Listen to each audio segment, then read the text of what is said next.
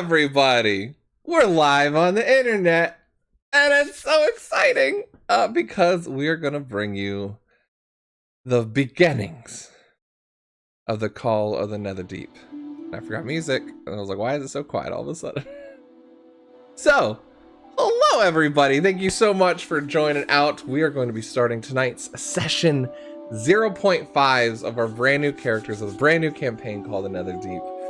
First, a few announcements to get through, just to do the normal stuff. So thank you guys so much for showing up and supporting these amazing players. I love being at the table with them, and I love being able to stream for you here on Twitch as well. So if you're new, my name is Bardicdice. I stream D&D Double Duty here on Twitch on Wednesdays and Thursdays, 7:30 p.m. Eastern Standard Time. Wednesdays is now going to be taken over by the Call of the Netherdeep as we finished up our Wild Beyond the Witchlight, thanks to our wonderful players there. And we did some one-shots and player interviews that you can actually go see on YouTube. So if you haven't followed and subscribed on my YouTube, it'd be a super appreciated if you maybe want to go do that. It's super fun. The player interviews were such a blast to get to see a little bit about the players behind the characters before we jump into this, and it was actually really enlightening for me as a DM as well to kind of know what we're getting into. So if you want, consider giving us a follow with the little bell down below so you get notified when we go live, or our Twitter and YouTube, especially if you can go subscribe there. We'll have all of the videos live the next day available on YouTube as well, including our intro and one shot, as well as last week we did a Rivals one shot with our wonderful Fates players. They brought the rival NPC group of this campaign to life as they were the heroes of Jigao, but we'll get into that a little bit later. It was super fun, but tonight I'm super excited to bring you the actual introduction for our first two characters, Desmond and Mirri, played by the one and the only Nick and Brittany, which they'll introduce themselves here. Why don't we just jump into that? So, Nick, why don't you go ahead and introduce yourself and who you're playing? I'm Nick, or PITV Studios on Twitch and Twitter. I'll be playing Desmond tonight, so homebrew class Inquisitor. So, not of my own, of course, but yeah, should be very fun. Super excited to get into it. Sorry, I'm fixing stuff. We'll see how that goes. Black frames, super great idea. It looks good. Super hard to get screen captures just right. But yeah, thank you so much. Yeah, Nick was in our Wild Beyond the Witchlight one, and he has some amazing stuff on his content as well. What a woman. What a woman. This time, what a man. We'll see. We'll see. Pending approval from Amara on catchphrase. That's true. That's fair. It has to be trademarked. Yes, accurate. And also our second returning player from the Wild Beyond the Witchlight, the one and the only, is Sassyfire. Brittany. Hello, I am Sassyfire in the tavern. Tonight I am playing Mirri. She is a Fire Genasi monk. And I'm very excited to play in this world. Yay, me too. Yay. And don't worry for everyone that's running in here. I know Critical Role is has long-standing lore behind it going on and has a lot of depth of stuff. I love the world. However, do not feel like you have to have watched anything to watch the show.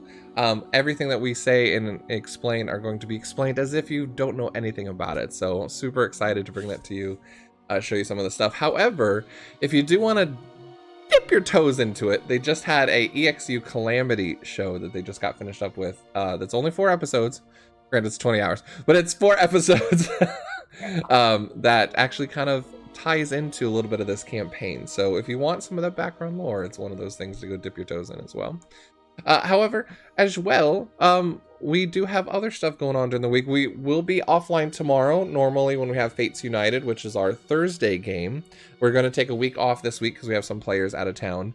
But I'm going to take some time to plan ahead, get prepped for it, but we'll be back next week for that. As well as we have an amazing Discord that we share with Marquee Gaming, which you can see some of their stuff down below in our rotating icons. They are our sister channel, and I get to play in their game in Beacon's Aura on Sunday. So that's Sundays at 3 p.m. Eastern Standard Time. Definitely want to go check it out. It's a super fun urban fantasy game that we play in, as well as you can see that Rachel of Marquee Gaming does art on Mondays, and we play in Literary DM's Zelda game on Tuesdays. So you have something to do all week if you want and catch in. But the Discord is where we hang out offline. We get to support each other throughout the week and see how everything's going there. As well as there's a special announcement this week. I want to shout them out because I'm super excited about it. Top Down Tabletop will be having a one-shot, The Hands of Agreen, this Saturday at 7:30 p.m. It's going to be a blast. I'm super excited. I'm going to be a guest star on their channel, so go give them a follow. We'll post it in the tavern as well when we go live. It's going to be fun. I've been on their channel before and I've watched Rachel play in their one shot, and Vix and both the Shanks has been in one shots on our channel, so it's been a lot of fun. So I definitely want to go check that out.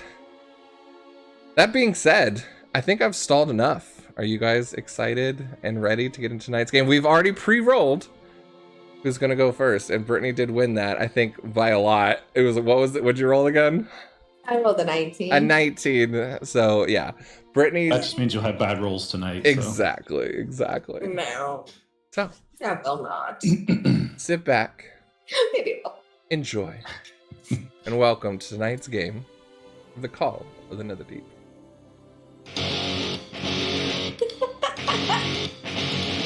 And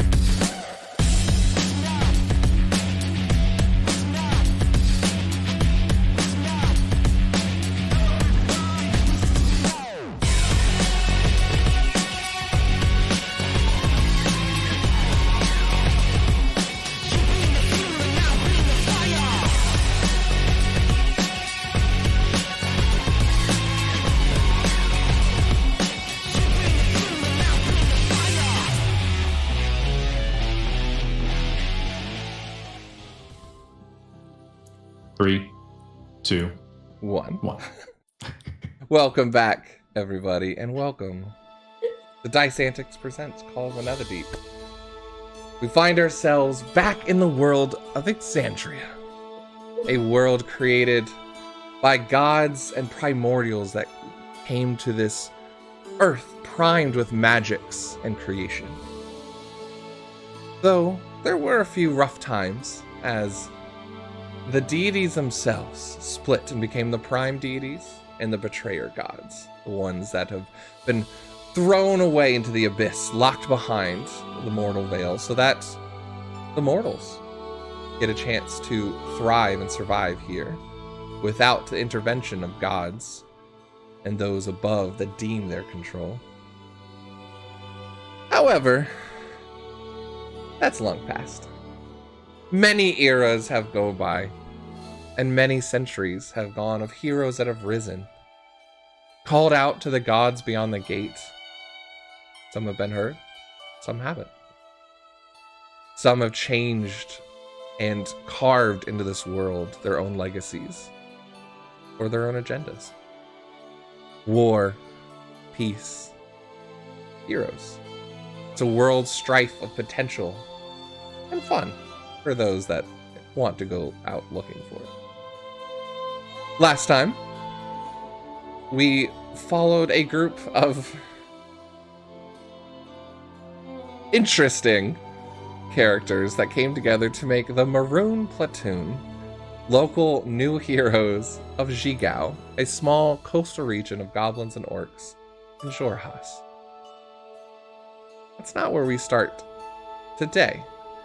Those small threads of fate seem to be pulling different people in from different parts of the world into one place in Jigao. Some say it's just the festival and that some people want gold and fame. But others claim that when they look back at this moment, But there was something higher calling what happened. But that's not what we're going to find tonight. Tonight, our adventure takes us to the Clovis Concord. Always get that wrong. A region elsewhere to different along the continent of Wildmount, along the opposite coast, sandwiched between the Dwindling Empire, as they have found themselves a bit of a port coastal town that is free from the Dwindling Empire's control, mostly, though there are a few peace treaties in there, as just recently war has settled down between the Dwindling Empire and the Kryn dynasty, a drow community ran by the Luxon Queen herself, the Bright Queen, over in Jorhas. Maybe we'll get into that next week. However, our camera zooms in on a local port town of Nicodranas. A sea shanty easternmost port city in the Menagerie Coast, along with Port Damali. It bookends the Menagerie Coast. Although Nicodranas is approximately about half the size of Port Damali, it's a nice place to find fun and what you're looking for without being quite known and lost in the hustle bustle of Damali. The city here has colorful rooftops and towers that vary in height and design, giving an eclectic visual of jumble of cultures, having built this space without unified vision. The city exterior wall has many gates and archways with portcullises that are held up by a chain mechanism beyond the wall. The city guards are by I don't even know how to say this one, by the way, Zeelazo, so if I get that wrong, I'm sorry, that run the city, that are the different town guards that actually have a peace with the Dwindling Empire as well. However, towards the coastline, the walls slowly diminish in steps and extend out into the ocean itself, where many ships and ball bearers are seen anchored in for many different adventures and merchants and travels. The walls beyond the exterior were once gray, but though the years of accumulating seagull excitement, they now have become light gray with white patterns on them. The smell of sea, salt water, and breeze hits your face, Mirri, as you find yourself within a tavern. Of course, had to start with a tavern. What she did. Of course. You had found yourselves walking in the front door of the Withered Bird Inn, the last tavern here at the end of the docks that is known for sailors and for different eclectic folk. Not quite the high class. Give me a perception check as you look around, as you've been asked to meet some people here. Ooh. That would be an unnatural 20. An unnatural 20, yes? Alright. Yes. Very easy enough. You're able to look around and with a bit of excitement that you haven't seen these two friends in quite a while. That's a weird song to choose. Hold on. Roll initiative. Let me just get my relaxed music. This is much better. Alright. As you look around, you can see different sailors, turtles, orcs, humans, elves all around who have taken a little reprieve from the day and found their favorite tavern to find their drinks and food in. Mirri, you quickly scout at the back corner a familiar half-orc wearing a different open-chested with scars and kind of a black hair tied in a knot with golden armor on his shoulders and bracers. You recognize Tuvar, as well as a second person sitting with a hood kind of half over their head. Sorry, with their back turned to you, but you clearly know the shape of that woman who's sitting there. What do you do? I do. Mirri walks in and she just yells out, "Tuzar!" And she just like runs up to him. It's about time you joined us. Come over here, lass. And stands up with a wide hug to greet you, as looking over, sitting, playing cards with him at the table is Nidara, who just looks up with a little bit of a cowl and a grin. There's a little bit of mischief in the eyes as they see you. It's about time you joined us. I'm starting to take all his money. Oh, don't worry, I'll take yours. Why don't you explain for everybody what Tuvar and Nidara see as you run in? They see a slightly tall female fire genasi. She has dark hair that sort of ombres down into actual flames. She keeps it up in a ponytail to not accidentally light stuff on fire. She's wearing like baggy pants and sandals. She's got a bag on her shoulder. No matter the temperature, she's got like a halter top on and like a not quite a shawl, a little bit of a sheer sort of wrap going on, and just lots of belts with little baubles all hanging off of them. I like it. Yeah, it's early spring, so very much kind of that easy breeze kind of coming off the coast is a very perfect temperature. Maybe slightly cold for what you're used to. You're used to a little bit of a, more warmer temperature, but it's still enjoyable. You don't even need a jacket or anything. But it gives you a big hug. Oh, God. I forgot. All along her arms, like most fire genasi, she's got like, it almost looks like lava breaking through her skin. It's just red swirls everywhere. Perfect. Are any of those new from the last time you saw them? She doesn't keep track. Okay. Maybe. Perfect. He kind of gives you a hug and then just, watch the hair.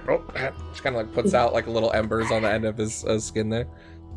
Mirri, come on, sit down with us.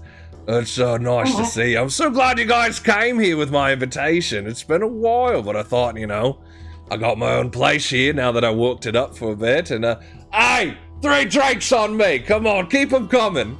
All right, yes, sure, I'll be right with you. And kind of a shapely barmaid will bring up some drinks for you in a bit.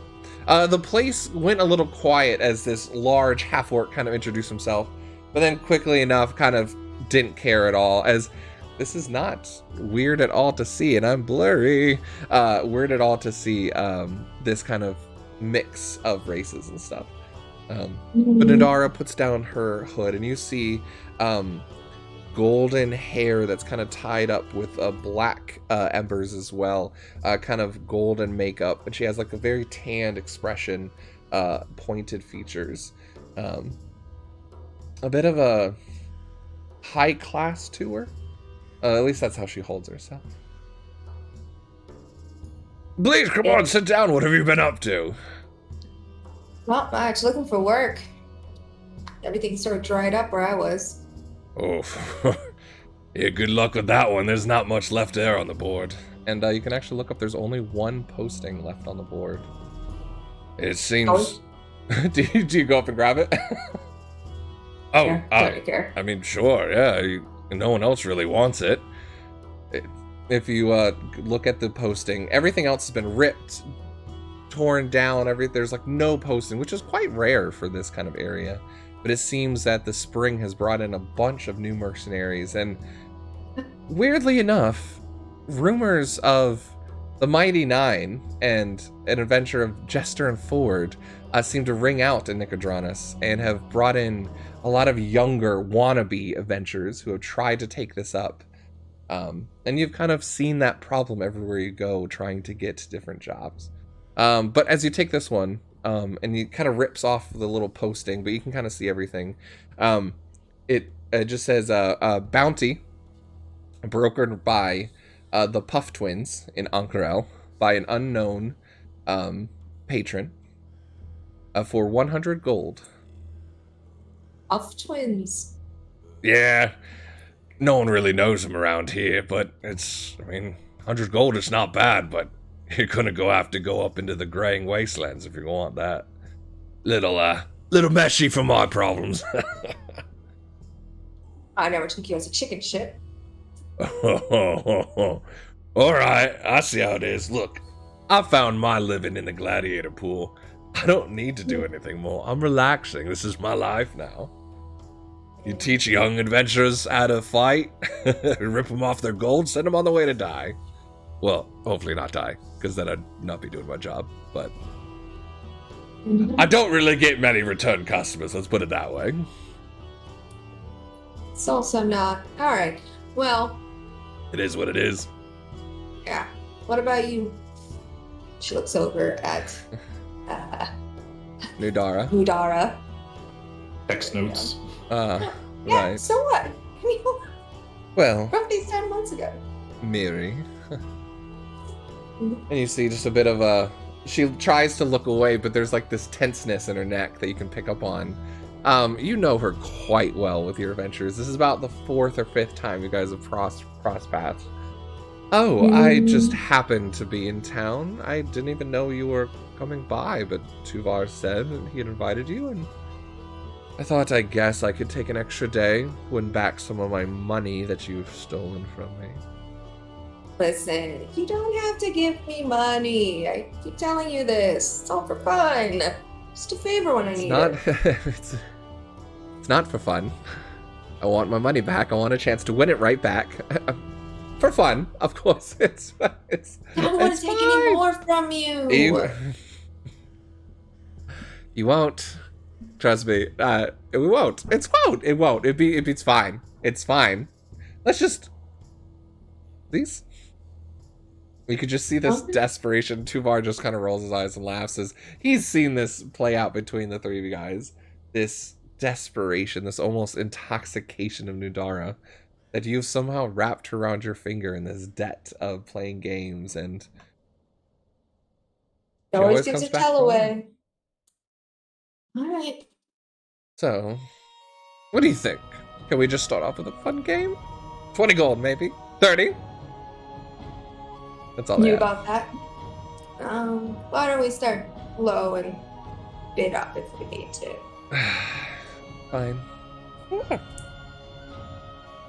You guys start off kind of catching up and playing a few games. Go ahead and give me just a performance check. Performance? Or do you want to call a different one? I mean, what kind of game? We're playing card games? Yeah. It's a little half luck, half, bluffing. That's why I thought charisma would be good.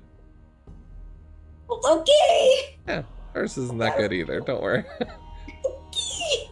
And I will say you have advantage because you know her tells. Tuvar's not even playing; he's just watching you too.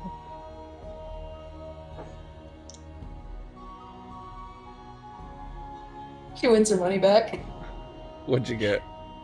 I rolled 2 2s. 2 2s? Seriously? It's a -1, so a natural 1. The first couple hands actually tend to go her way. A few of them kind of just rolling neutral, but eventually she kind of gets on a little bit of a streak. And Tuvar gives a little bit of an eye to you, wondering if you're actually letting her win. But Nivara, of course, isn't going to. Of course not. She drags in the last bit of gold. She goes, seems your luck has ran out. Sorry, but. Do you feel better now, Nuda?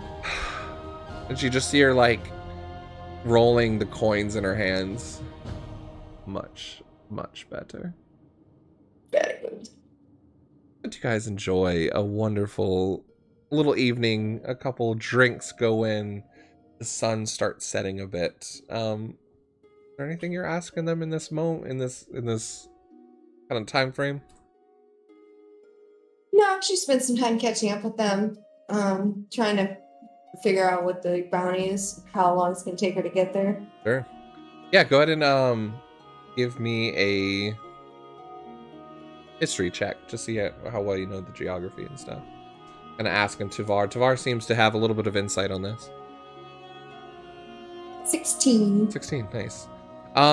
You know that you're going to have to take a boat and a ship ride up around the coast to get towards probably Shady Creek Run area, and to be able to make your way into the plains there. as that's been the closest you've been able to pinpoint. Tuvar has heard that this orc chief, who is apparently known for some of these war crimes, has been on the run and has settled there. So it might take a few travels, and it seems that no one else is willing to leave the comforts of the Menagerie Coast and been looking for lesser escorts and things like that, and fetch quests for less gold. Mirri's got this. The sun begins to set, and the two moons of Exandria begin to rise. Rudius and the other one that I forget the name of. I think it starts with a C. Udius. Yeah, that's one like that. No. Rudius and Tudius. Rudius and Tudius. The dual Moonius. I always forget the second one. Katha. Yeah, I knew it started with a C. As Katha rises, and the secondary one, Rudis, not quite a blood moon tonight, but it rises and it takes your attention for a second. Something just eerily is always called to you, this beauty of Ruidus and what it means. Give me a perception check.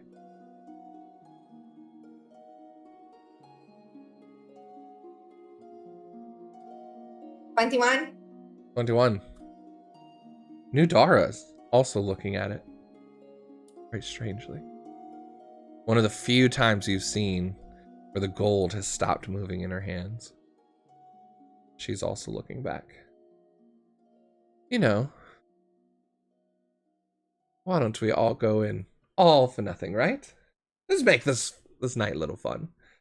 Sure? She puts aside 10 gold for the drinks and food and the tavern as she pays for the rooms. She slides in the rest. I'm sure. Okay. This time, I want you to roll 3d6. We'll do the. I get to roll these sixes. You want to try and get the highest without going over 21. Or what? I guess you can't. On 3d6? No. Yeah, Look, there's a fourth one that you play later. I play later. That I don't know about.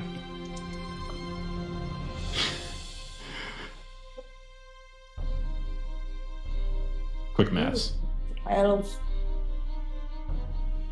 You see, as you kind of roll yours, she rolls hers. She has 2 6s and has the last one covered.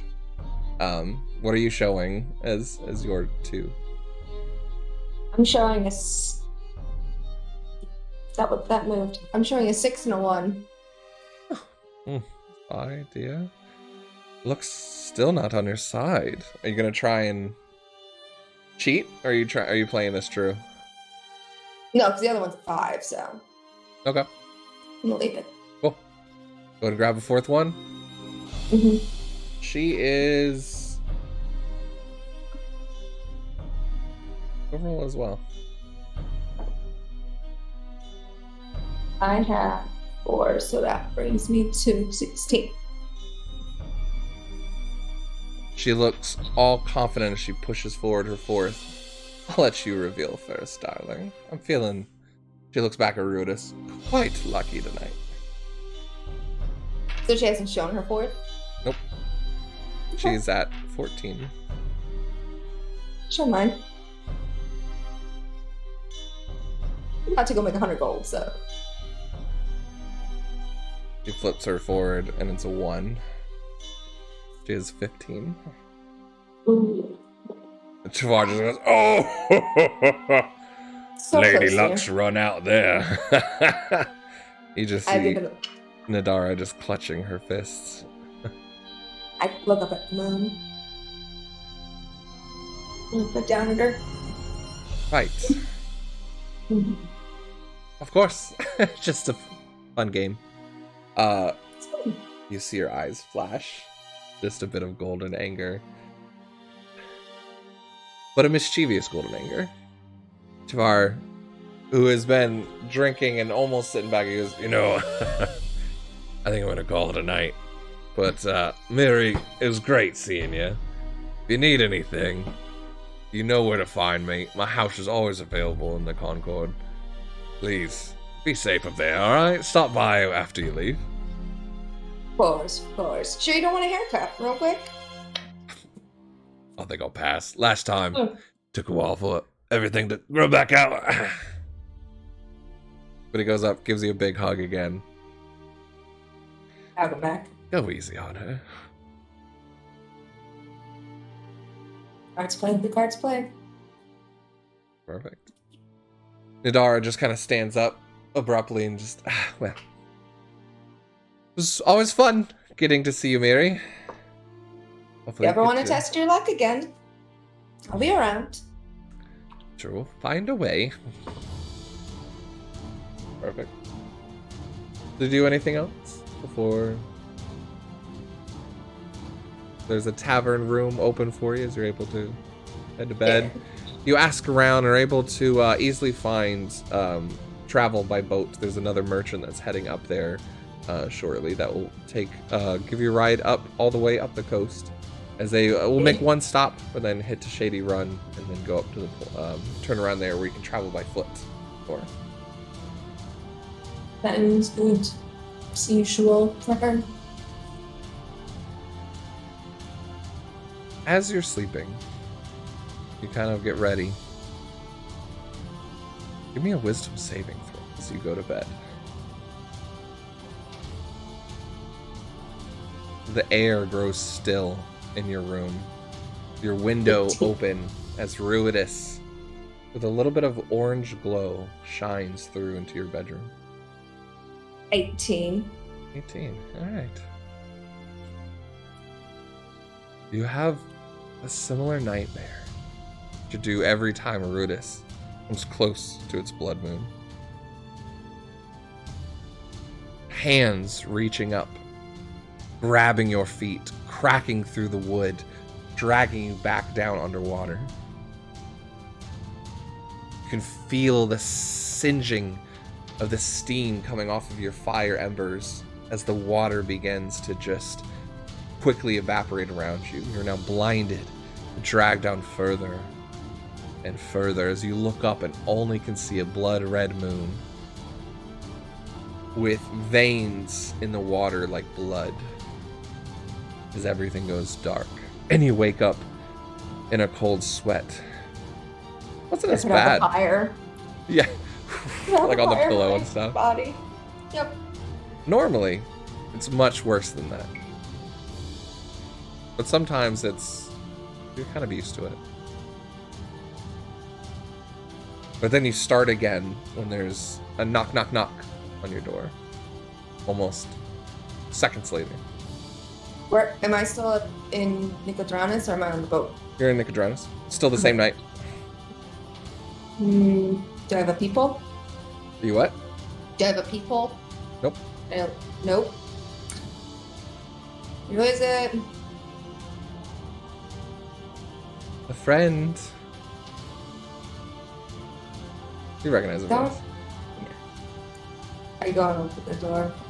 I'm too tired to play you again. You see her eyes flash another gold. A mischievous look. Can we play something else? I don't pay for that. It's fine. And you just see this, like, hunger. I'm not getting any more sleep. I let her in. You pull her in. And we'll fade to black as the night gets less isolated, less lonely. You wake up in the morning, Nadara is passed out. Quite relieved from whatever drive and hunger and ambition has been pulling at her, and this just hook that you have on her. Do you wake her up before you leave? Or do you just leave?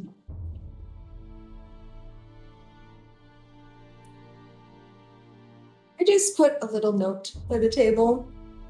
Write her a little something. Telling her I didn't want to wake her. So we didn't have time for a 5th round. And then I head out. Perfect.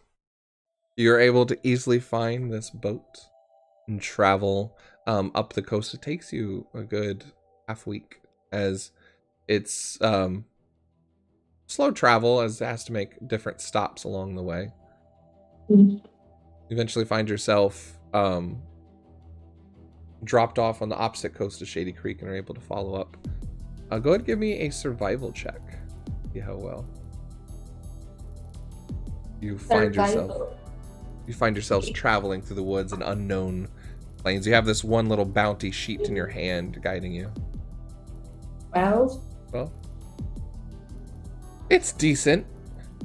It's different than Menagerie Coast. You're able to find your way, and luckily, even though you know this is quite dangerous territory and it's starting to get a bit colder than the Menagerie Coast, you're able to avoid some of the more dangerous animals, monsters. You're able to find some tracks and stay in the few leftover campsites of some of the local merchants.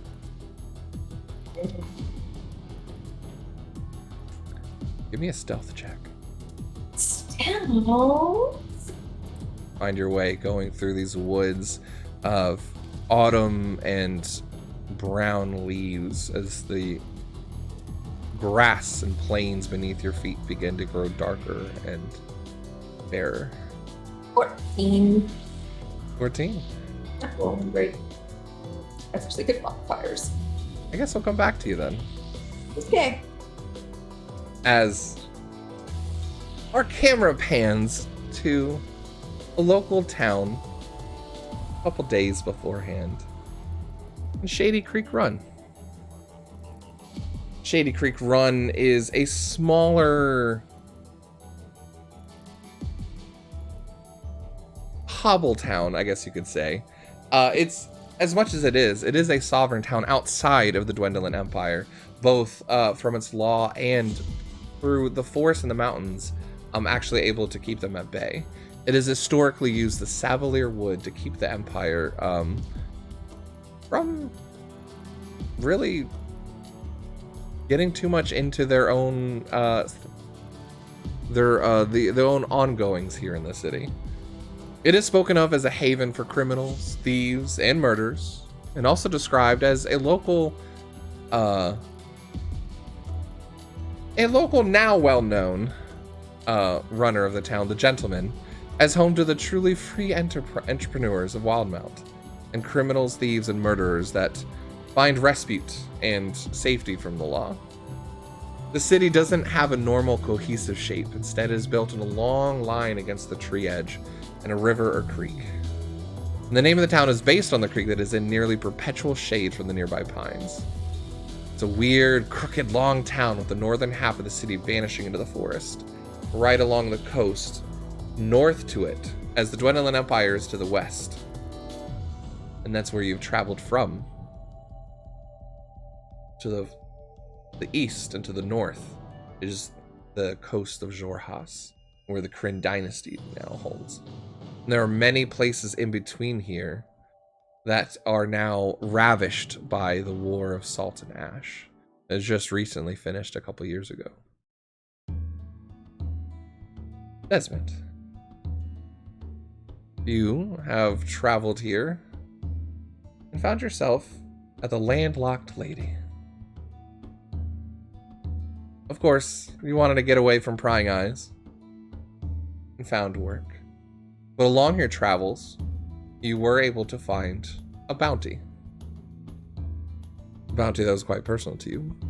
Granted, it was by the Puff Twins, but you instantly recognized the description of an orc war chieftain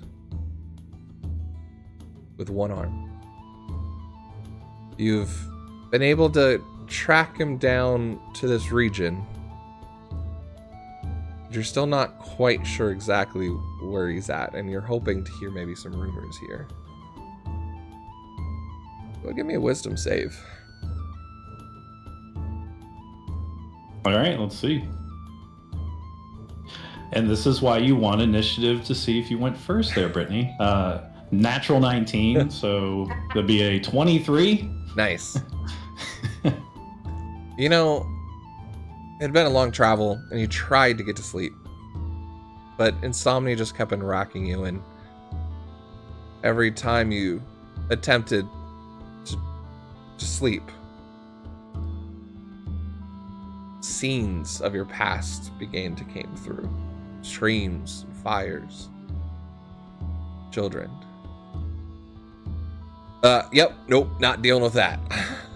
You quickly left your room and went right back down to the bar. It's pretty late. It's about midnight, and there are a few local drunks and a few of kind of like some local workers here that have found a late night. What do you do? Well, I definitely would pop a squat at the counter and just wave to the bartender. I probably had already drank here earlier today, and that would be the sign for another one. Opening up your tab again. On with me. It slides down a drink to you. It's this tavern itself is quite famous for having there's like rival families of ale. This is the one tavern that has both. But it seems to be they've ran out of one, and you're just getting exactly what you're having. As long as it's wet. Quite moist, actually.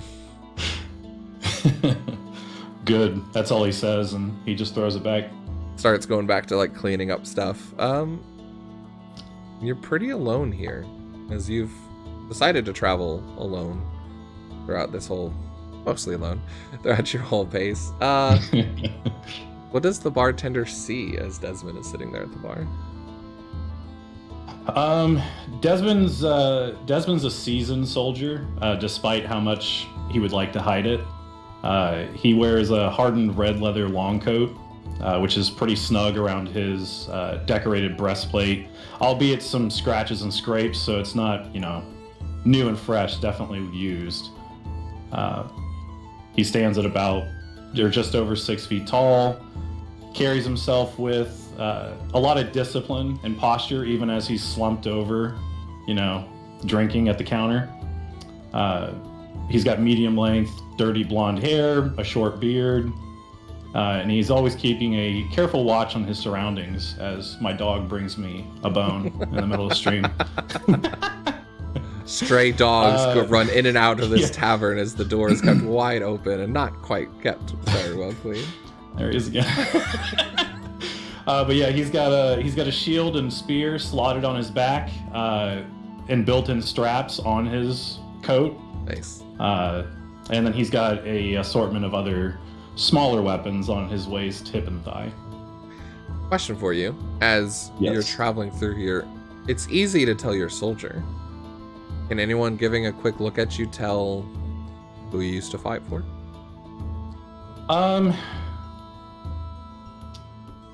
If more of his breastplate is exposed, probably, because I would imagine the insignia would be prominently displayed on the center. Okay, so it's the same but he armor. Does wear...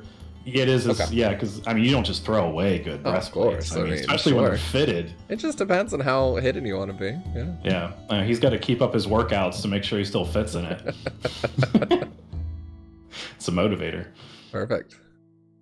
Well, you begin to down your first drink, quickly just letting the echoes of just battle and things that you've been through wash away and begin to go fuzzy, and you grab the second cup. Go ahead and give me a perception check, because now you're, like you said, keeping your surroundings straight.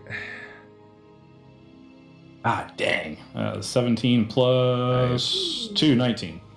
You can see there are three of the local ale runners. They're kind of, they're hired by the Iron Shepherds, who are some rough people here, but they're known to, the younger ones are known to really just run most of the ale to the different towns nearby. It's just like a bit of a port town and a distillery as well. You can hear them talking a bit about local stuff kind of going on, and just, oh yeah, you don't know about them out there. Yeah, we gonna beat everyone else out there. We're the best side of town here, the landlocked lady. As they're all just kind of, you know, puffing their chest and all, and you just kind of roll your eyes. But what does catch up to you is the other one goes, right, but I hear that they're really focusing up north. They're dangerous brutes up there. I even heard that they've gotten some attention by the Empire, slaughtering villages, I hear, taking children back, working them as slave labor, they do. The other one's just like, oh, bollocks, that's just rumors. I heard the strongest one of them has one arm and still could beat you off, is what I can hear. The guys beat me off. I'm like, what you talking about? Hey, that's kind of weird, mate. What? I'm just saying he can fight. He can beat you in a fight. And there's like just a bunch of back and forth. But it's enough for you to catch on. They might know. At least this might be relevant to your bounty. So Desmond would kind of hear that. He wouldn't show that he heard anything, but he definitely tunes in with certainly with at least one ear as he, you know, throws a little bit more of his drink back. But as he's throwing his drink back, the lapel of his coat kind of like pushes up a little bit, and from inside you hear like this, one arm. That sounds like our dude, man. And Desmond just kind of pats the lapel and says, "Shut up, man." So just trying to help. Luckily, no one overhears any of that. Well, and let me get this straight to it as well, because this is something I was meaning to ask you. Is this something that happens out loud, or is this telepathic? Out loud. Out loud as well, okay. Yeah. You wonder for a second as your eyes flicker to the bartender. His hand stops for a second, but then he just leans over, and it seems as if he didn't hear anything going on. He just yells out, "Oh, seriously, you bunch of scared of that legend? It's just an old washed up orc soldier. Seriously, please, wait for your balls to drop." Goes, well, I mean, that's why we're not allowed to, deliver up north. We have to go all the way around. Up in the Ron Plains, there's the Flockkit Alps. That's where we can't travel through. I don't even know how to say that. I never went to school. The other one's just, shut up and drink. And they just kind of go back and forth, kind of teasing each other. You can tell they're easily not... Oh yeah, reminder, mature audiences. They are not... Yeah. They're obviously not much of a threat to you, but they do seem to be loose-lipped the more they drink. Yeah. With your perception, though, the door does open, and you see two more folk walk in. Clearly not from Shady Run. Give me another perception check. Come on, die. Still going strong. 15 plus 2, 16. So are their perception. You look back, and you can recognize the plates of a soldier below their robes as well.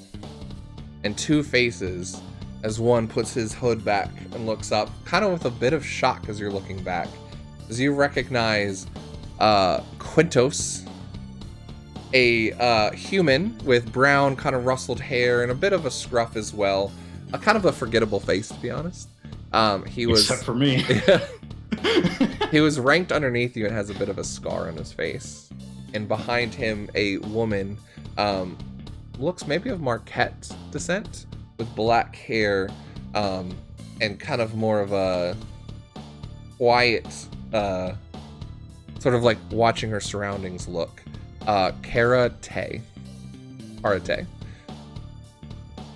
As they just, you see a quick glance from Quintos, and then just kind of a casualness walk up to the bar about a stool away from you. As Karate kind of joins, kind of leaning up.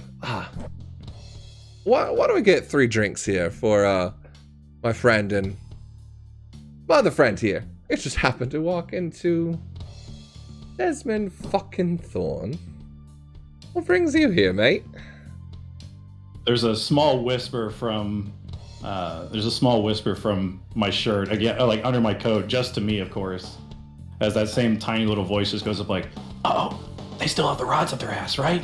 I'm just like, Is there a threat from anyone else to hear that? Or is it kind of like covered up? if they roll, I'll give it to him. Yeah, sure. I can roll a die and see what his stealth is. Sure. In typical Theo fashion. 9. Okay, yeah. He, Quintos, was not one that was quickly raised up in position, but he was always the one that heard much of the rumors and tattled and came to the commander behind your back. These were both people that were underneath you, but were very skilled. What the fuck was that? Hearing things already. You must already be drunk. Whatever. So, what brings you all the way out here? Business. Business? I haven't seen you in Scrobbed in some time. What happened to you? Some of us thought you were dead. Not dead yet. See, now that's Captain Desmond right there. Most fearsome. She goes, I know who he is. Well, I'm just saying, trying to build a legend, that's all. I'm trying to tell a story. Well, I mean, we're on a little bit of off-duty, just picking up some extra work, but anything we can help you with? It's good seeing you. I think the drink will be enough. All right. Obviously, we'll have good memories then, huh? It's been a long night. Yeah, and you and Quintos were not friends by any means. Yeah. Yeah, you'd probably be happy to find any moment to whoop him. But Karate might be shortly. Right. Karate's just giving you a look. And, well, I wouldn't really be wearing the armor if you're not willing to fight for the cause. She grabs her drink and goes over to one of the tables. It's fitted to me, so might as well keep wearing it, huh? That's what I'm saying. It's good stuff. I mean, I still wear mine. It keeps me alive, doesn't it? I mean, we both... Doesn't do much to cover that ugly mug. That's funny, man. You've always been funny. Oh, man. Well, it's good seeing you. I guess. I mean, we're joining back up in a month. There's still have open inscription if you want to sign back up. I mean, we get a referral for like 500 gold if if I bring someone back. You could make some gold. I don't think I'd need a referral to come back. I think my reputation speaks on its own. All right. You were one of the best, so he raises a cup to you. Good luck, mate. I'll raise the cup and just I don't even look, but I clink. Kind of just gives a look of like, okay. Walks back to the table. They don't seem to bother you too much for the rest of the night. They just kind of seem to be talking a bit. And how late do you stay up? Pretty late. All right. They end up actually going to bed long before you. You're the last one here. You can actually, even the bartender's like, look, man, leave the money if you want anything. I'm going to bed. Fair. Get some rest, good man. Give me a Constitution save though. Oh boy. Not bad. Constitution, 13. All right. You know what? You know your liquor pretty well. You know your drinks. Luckily, though the bar is starting to sway a little bit, and that's exactly the way you like it, you don't pass out. You're able to find your way back to bed if you wish. Find yourself sleeping. Yep. Anything else you want to do in town? You wake up afterwards a bit late into the morning. Yeah, he probably wouldn't do much. He'd probably, get back to his room, slump on his bed, pass out. He probably would wake up in the morning to Quasit Tail slapping him across the face like, man, wake up! Sun's out, guns out! Do you want to describe to everyone else what Quasit Tail or what Theo looks like?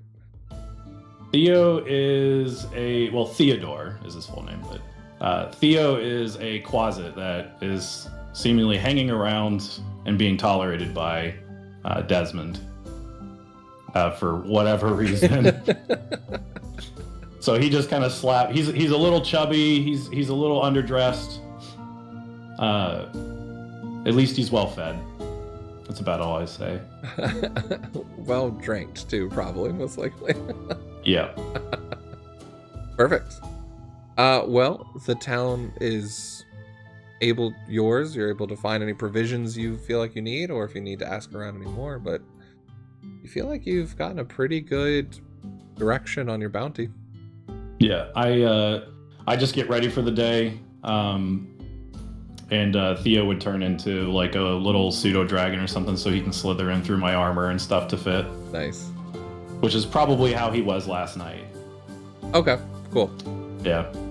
On your way out, you do see two horses going by, and again you see Quintos and Karate heading in the opposite direction. Hey, just letting you know, I mean, if you do want to join up, Allison's over there in Ankarel. She's on some research mission. If you're, I know you guys were kind of tight.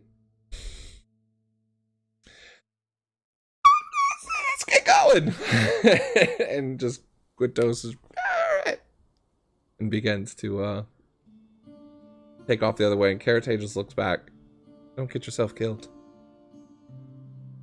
He takes off. Desmond just kind of watches them go down the road. He's thinking in the back of his head about, a couple things, and then just from his little shirt, he's just tight. Sorry, buddy.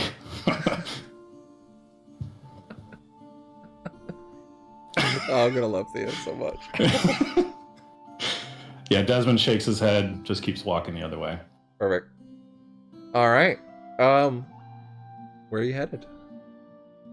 To probably my horse that I rode in on, and north. Just out of curiosity, how close is Ankarel? Ankarel is like the opposite. Well, not the opposite side of the world, because curvature, if you follow through Jorhas, it would be another island there. So basically you're in like Russia, China, and it's Australia. So Go ahead. yeah, I mean, pretty far. It'd be some travel, but Desmond just keeps that location in the back of his mind. you also know, as you asked around about these Puffy twins, that's where they are as well. So, ooh, to potentially turn in your bounty, you might have to go to Ankarel. Double noted. Cool. So, you take out north, begin heading across the bridge and up the coast through the Grang Wildlands.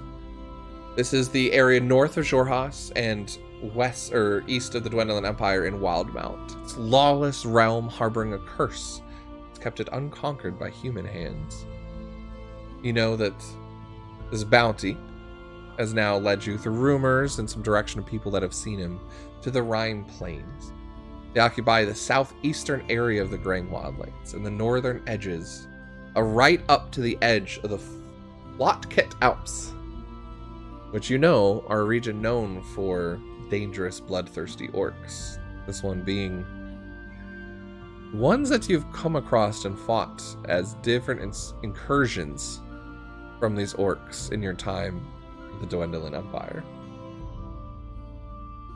Travel far. Go ahead and give me a survival check.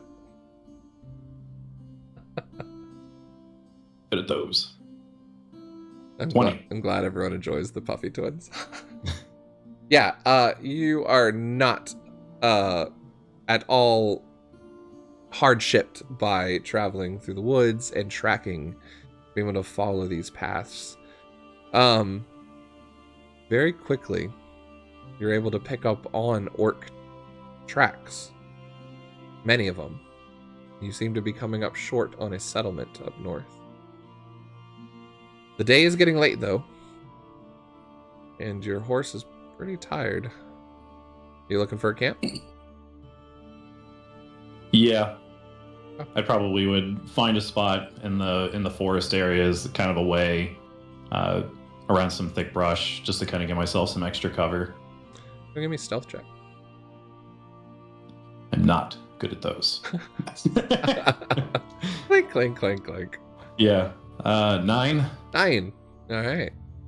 Able to get off the path enough that you feel like someone would have to be looking for you at least.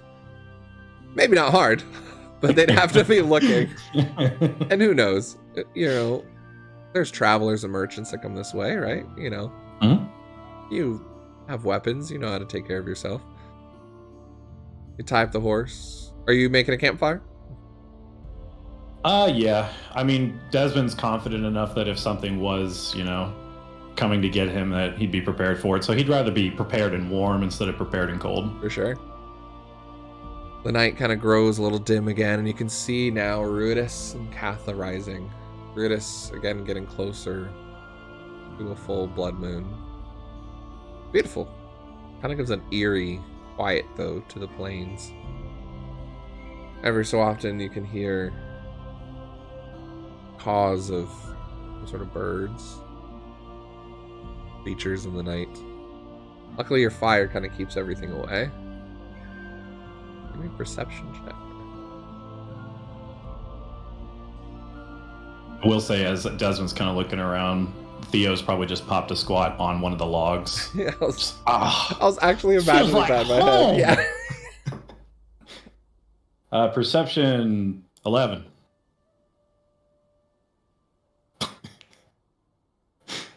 Theo was too loud.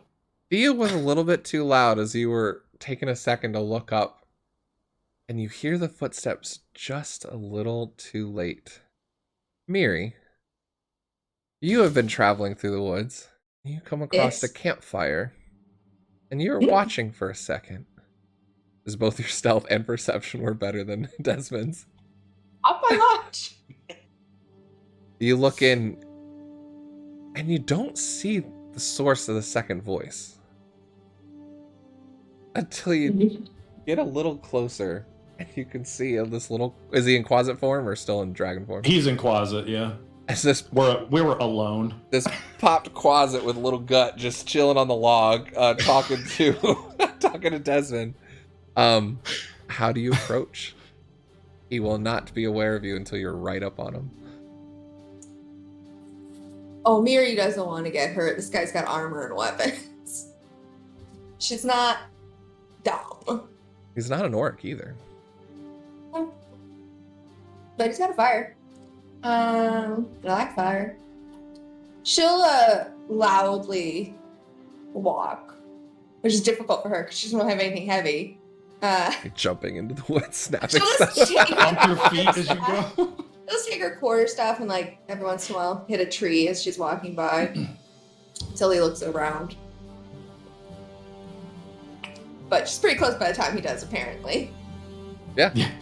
Yeah, I mean, by the time you're like, oh, got way closer than I wanted. But you can see, what, about 10, 15 feet away? Crossing the path. Yeah. Just looking in, cracking a quarterstaff against a tree. Be Mirri.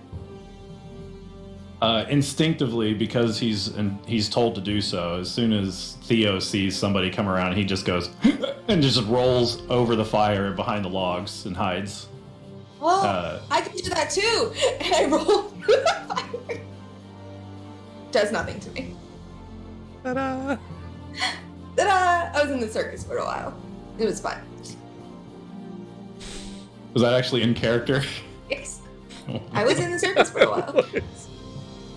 Desmond was about to say something, and then you just roll through the fire, come out and say, "Ta-da! I was in the circus before." He's just like, "Congratulations!" I mean, Yeah, that wasn't for you. Where's the little guy? And she just starts poking around looking for him. Dad, no! He picks up a log and just swats. Did you say Dad? No, he says, Dad, no! He picks up a log and, like, swats your hand with it. You look really cold though, little guy. And she just produces flames, like tries to hold it close to him. Oh, please, that's not nearly as warm as hell. It might be. It's from the fire plane.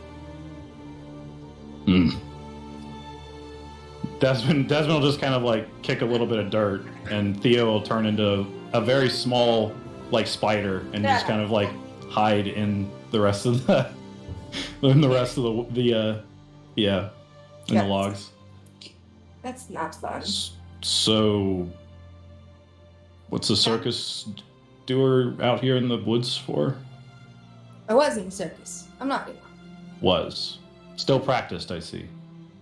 Comes in handy. Desmond like was gonna say something, just like, no, not worth it. Well, I'm just traveling, so With the hunkering down for the night. demon thing. Don't mind him. Fair enough.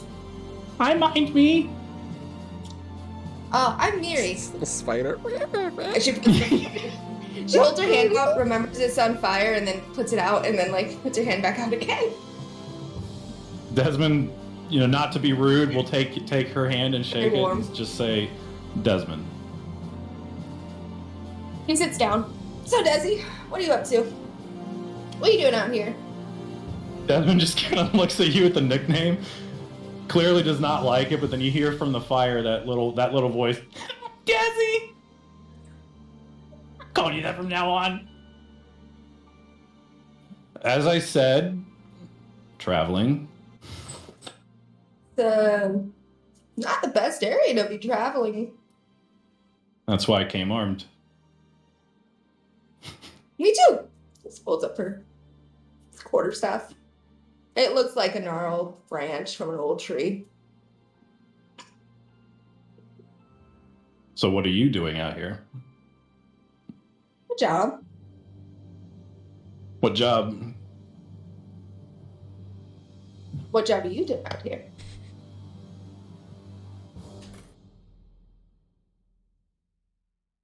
Hunting down some people. People? Old habits die hard. New habits die hard, I suppose, too. I'm looking for a big guy. You're not big. I mean, you're tall, but you're not big guy. I've also got 2 arms. He kind of gives you like a look, like he thinks you might be looking for someone he knows. Mary doesn't remember, so she pulls out the wanted poster. Yeah, 1 arm. Yeah. That's accurate. Checks out. As soon as you pull out the wanted poster, Desmond just looks at it and that confirms it for him too. These are like the 2 opposite sides of bounty hunters I've ever seen. In it for the gold then? Gold, travel. Gotta pay my way around somehow. I can What about respect you? that. I mean, you got like some nice armor. You don't look like you need to be doing this. You can always use coin, and I'd like to even them out if you know what I mean. You want the other arm? I took the first. Ooh, that's a story. And then I look at the poster again. Am I supposed to bring back proof of killing him somehow? Nothing on it says either way. Okay, cool. Yeah. A major detail that you feel like on most bounties would be there, but Yeah. oddly missing on this one. You can have the arm. I just want the head. Won't be very good. It'll probably only last a day or 2 before you want to throw it out. I'll beef jerky it. Have you had orc before? I'm not gonna eat it. I just need to get it to Corel. Orc's delicious, says the fire. What's your name, little one? You see like the little spider head pop out looking for an approval, and Desmond just shakes his head and the spider crawls back into the fire. Oh, that's not nice. I thought we were making friends. I mean, he's not very nice either. Neither are you, Dick. You two seem like a lovely pair. I'm so glad you wanted to play him instead of me. Because I'm here for this whole ventriloquist thing. Yeah. Yeah, son of a bitch. I just gotta get a little closet doll now. Oh my god, yes. I hold up the closet doll. I'm in character. And put it down. Yes. Yes. We'll get I you need the different types too, like a dragon and a spider. And... Oh, a little puff the magic dragon, sort of like. Welcome to Bardicdice merch store. I mean, he was gonna be in a different form, but I was told by 3 people that I was not allowed to have him as a centipede. So. No, that's absolutely not allowed. I'm fine with a spider. But yeah, to answer your question, Desmond kind of shrugs and he says, "You can call him Theo. He's I tolerate him." I look over to where the spider was. Hey, Teddy, you can come out of there. You don't gotta be a little guy. He kind of pokes his head out again. Desmond just shrugs, and then he just, like, into his closet form, displacing some of the fire and smoke, and he just kind of sits roasting his ass on the fire again. Ah, warm. Not like that STD, though. This is just warm. ST. What? Oh, honey. Oh, no. I'm not explaining that one. Desmond, Desi, remove curse still. That might help her out. Wait. I don't have any. Do you have some? I'm pointing down at the little guy. I don't know. I haven't been tested in a long time. It's fair. Alright, this is weird. Anyway. Told you. It kind of reminds me of stuff back home, but this orc guy's supposed to be like big, right? I've never actually fought an orc. He's pretty big, yeah. Yeah. He lost a little bit of weight, but The arm. yeah. Yeah. Look, I've been trying to do keto, alright? Back off. Wait, are we not alone anymore? Right? It shows up. Surprise, motherfucker. Some fries. So, where'd you pick the bounty up from? Nicodranas. It's down on the menagerie. Yeah, again, weird. Not often do bounties cover multiple regions like that. Yeah. Either someone really wants someone, or this is a really weird way about going about it. Who's the bounty from? You know, I've never heard of them. I've done work out at Von Carell before, but some duo called the Puff Twins. It's actually, I mean, I've been doing this for a long time now. It's kind of it was an odd posting. Like, they don't want, like, proof. They didn't ask for, like, anyone could just say they did it. Well, if the attacks continue, then they probably didn't do the job. But if they cease, it's a long way to Carell. Yeah, that's what I mean, though. It's a long way to Carell. Why would they want someone all the way up here causing problems? Where'd you get it? Half and half from them, and, well, like I said before, it's a little personal.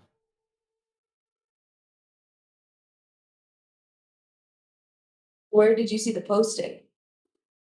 That is a good question. DM, where did I see the posting? Yeah, you got yours in Ankro. Oh, in Yeah. Ankara. Passed by there, went to Port Damali, and then kind of hit up the coast. Yep. I picked it up before I left. Think, best guess? Amateurs. Yeah, and you never met the Puff Twins when you were there.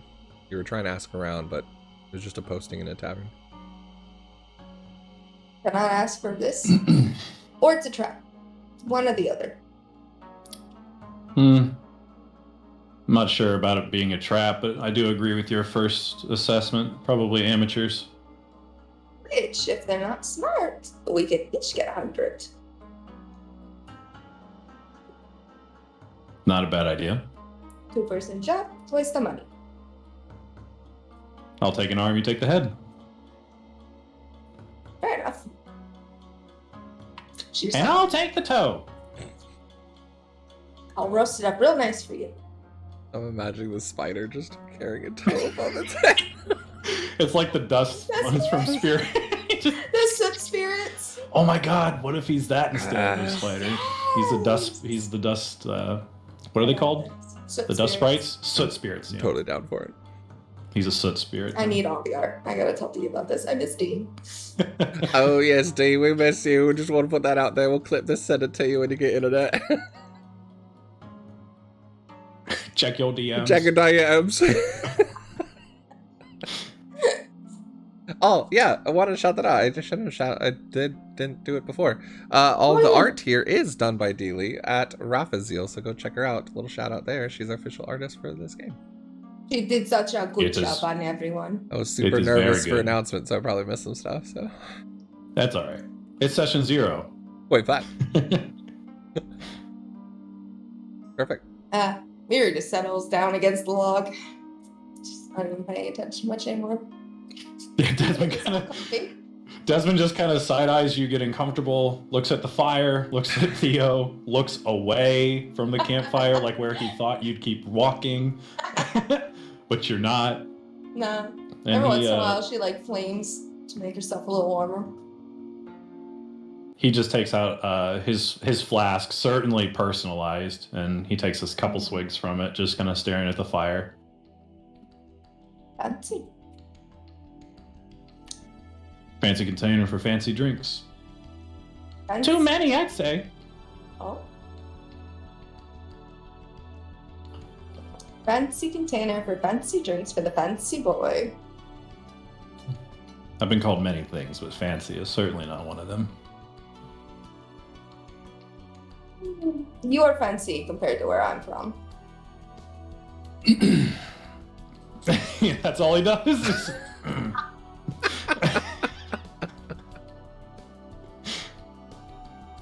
So, are you staying here then? I mean, I don't think he's very far, so we want to get a start on him in the morning.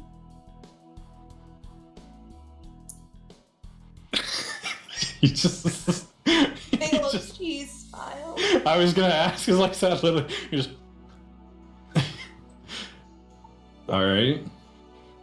I'll never say no to extra help, I suppose, considering the circumstances. I don't know how much help this orc's gonna have this time, but They run in groups usually, right? yeah. Alright. Does he fight? I look nudge down to Teddy. You betcha! He just takes a log and goes swish, swish, swish, swish, stab. Very unathletically, by the way. She gives him a round of applause. All these stray Shady Creek run dogs. Gosh. Desmond just takes a sip, not wanting to say don't encourage him, but very clearly swallowing some alcohol. Bigger claps. Theo takes a bow.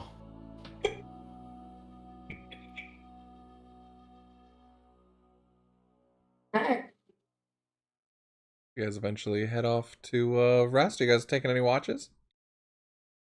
Yeah, I'll take the. I was actually going to say Desmond will say he'll take the first watch. Sounds good to me, Captain. Desmond doesn't know if you saw anything or just assumed, or if that's just a nickname, but he's just going to let that slide. He is traveled a lot on ships. Yeah. Bosses are captains. So he's gonna take first watch, and Theo's just gonna be Theo and hang out in the fire and watch too. But Perfect. Cool. Well, give me a perception check. 7. Desmond's off put. And not that it really matters at this point. I was gonna say at disadvantage because you don't have dark vision either. So this would only go out to. Yes, I do. Do you have dark vision? Oh, I thought you No, did. I took the extra skill. I'm sorry. Yeah, that's what I thought. I was like, I didn't think you did. Sorry. I was thinking of another human I made. If you is, I gotta change some tokens real quick. No, we're good. Cool. Yeah, the night seemingly goes by without any issue. You hear a few creaks and cracks in the forest, but just an animal, I'm sure. Nothing approaches you. 4 hours go by. You waking up, Mirri? Yeah, I'll kind of walk over, squat next to her, and just kind of. I don't know how she's laying, but I would probably approach from, like, literally just. She's up against the log. Okay. He'll kind of squat and just kind of like nudge your foot with his hand. You're into the watch? Alright. He sits up, gets close to the fire, makes it bigger. Ah. It's convenient to have my kind around.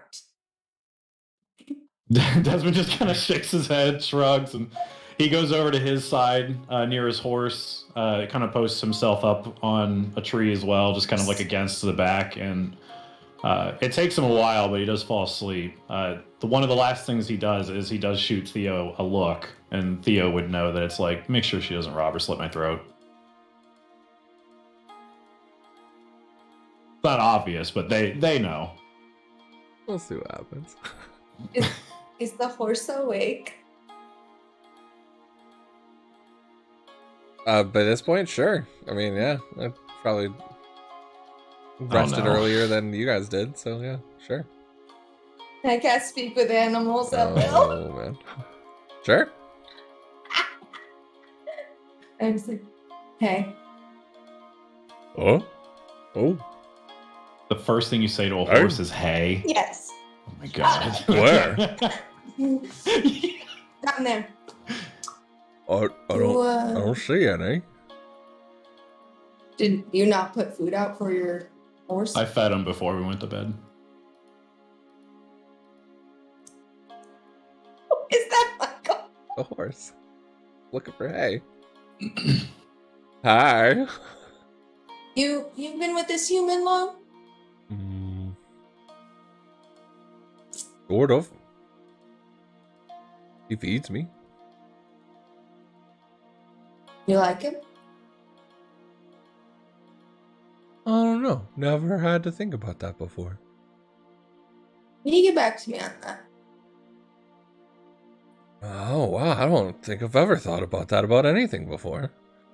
You just see this little existential crisis going on with this horse. Like, what? Yeah. No, I like him. He feeds me. He doesn't ride too hard. Little one's a little annoying. Want to eat it. Not petite.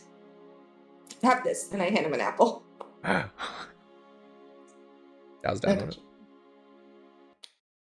She just turns away from the horse and starts taking a watch. Perfect. And she looks over at the closet, who could not understand what they were saying. You in the closet talking to him? Mm. Does he talk? Hi. That a little spider hand? Yeah. No, he's a closet. Oh, he's back to closet, okay. Yeah. Especially since the fire's cooking. And it keeps. Anytime he seems to get low, I make it bigger. What's that? Every time you do, he does like a little wave pretending that he did it. That's cute. I don't change. I don't tell him he's dizzy. What can I ask you something? Sure. I don't usually see your kind around. Especially, and you're kind of nice. I just look nice. I mean, you didn't try and stab me, and that's a first. Why would I do that? That's know. rude. You've been nothing but nice. I think I'll keep it more.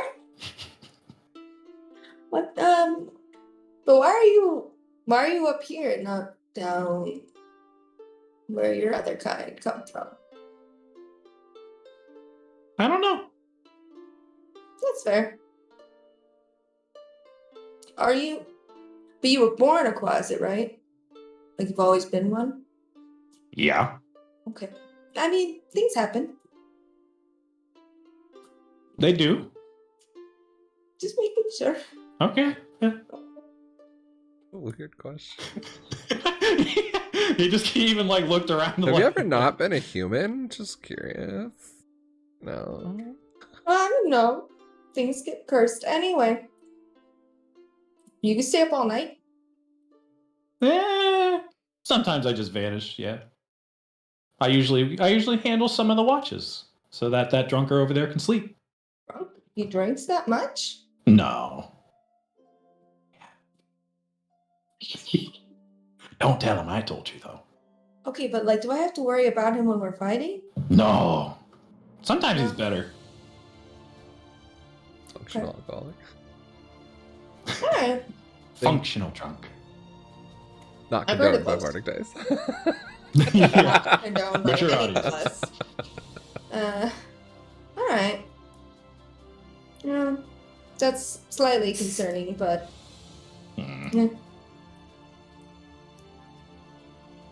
Gluttony is a sin, and sins are cool. sins can be fun. Yeah. Well, I'm gonna keep an ear out. I guess you could sleep if you want. I can? Okay. And he just vanishes. That's weird. Yeah, seriously. Really weird. Just eating the apple. Oh, the horse. This whole thing's weird. I mean, do you not want to have... We don't have to talk. Sorry. You can go to sleep too. Well, I'm good. I already slept. Yeah. Mirri takes her watch. Alright, give me a perception check.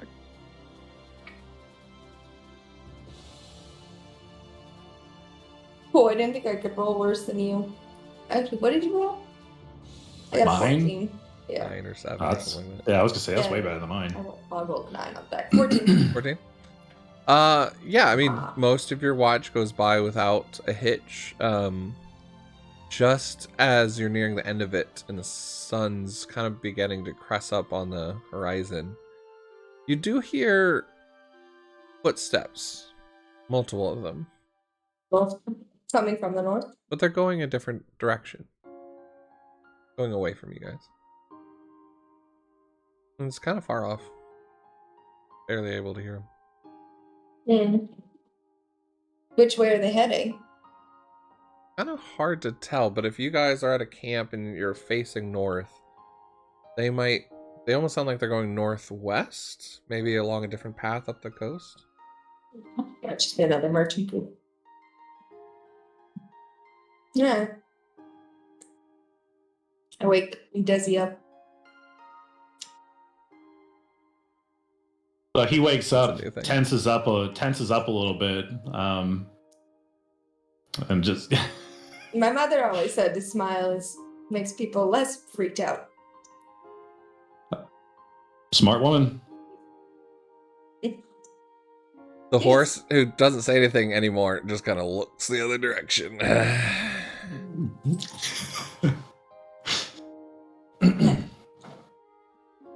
Alrighty, well, There was maybe some people were camping nearby you. Did you see anyone? When you The only Not thing you guys the- saw were signs of orc tracks of obviously some sort of settlement to the north more, but you didn't see any other tracks or anything like that besides just traveling carriage and hoof stuff.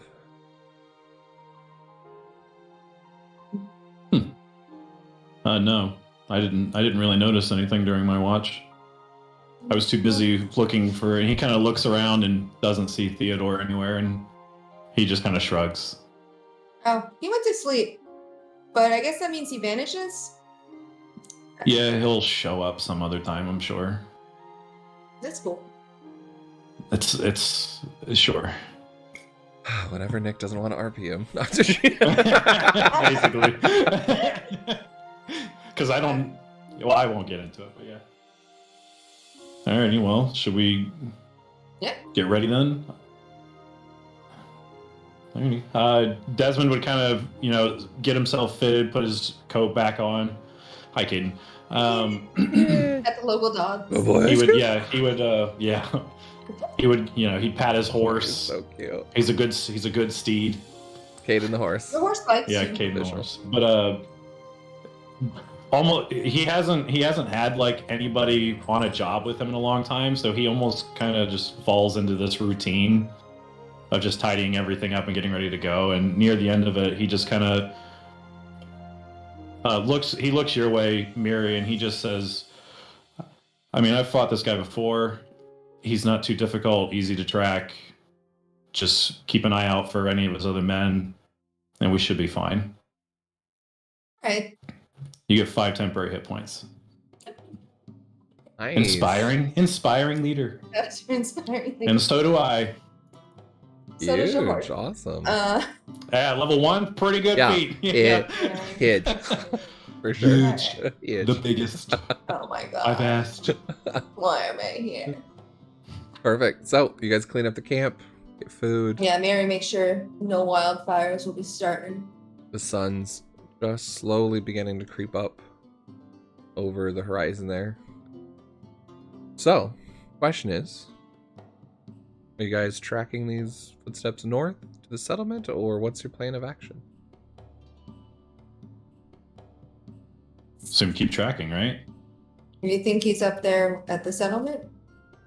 I think even if he is, we'll find him. If he's not, we can at least get an idea of their numbers. The noise that I heard, it was they weren't near us, right? No, Like, it I was can't see their track, easily 100, 150 feet away, Ah. if not more. I mean, you fought him, so. It's always good to know what you're running into before running into it. So Sometimes. I like a surprise. he just starts tracking. Perfect. Are you riding on your Second horse? guessing himself. I'm like, oh no. You can give. Is it densely? Is the forest pretty dense here? It's fairly dense, yeah. At least where you're at. You feel like maybe it might clear up once you get closer to the coast, but right now it's pretty dense. So it's kind of like, especially with the sun not up yet, it's still kind of like dim light. Cool. Are you guys heading north? You can give me survival checks. You're trying to track these and follow. Just one or both of us? Either both one or one with advantage, if you wish. I will give you an advantage. You'll give me advantage? Okay. I was going to say, because I'm less good at it, I guess. I mean, you know it. Wow. A 16 and an 18, so 22. Wait.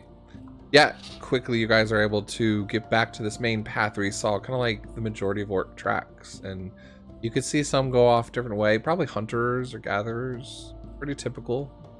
Nothing out of the ordinary. And you get up to a fork in the road where tracks lead in probably along the coast, and you can see smoke kind of rising up of like a campfire towards the west.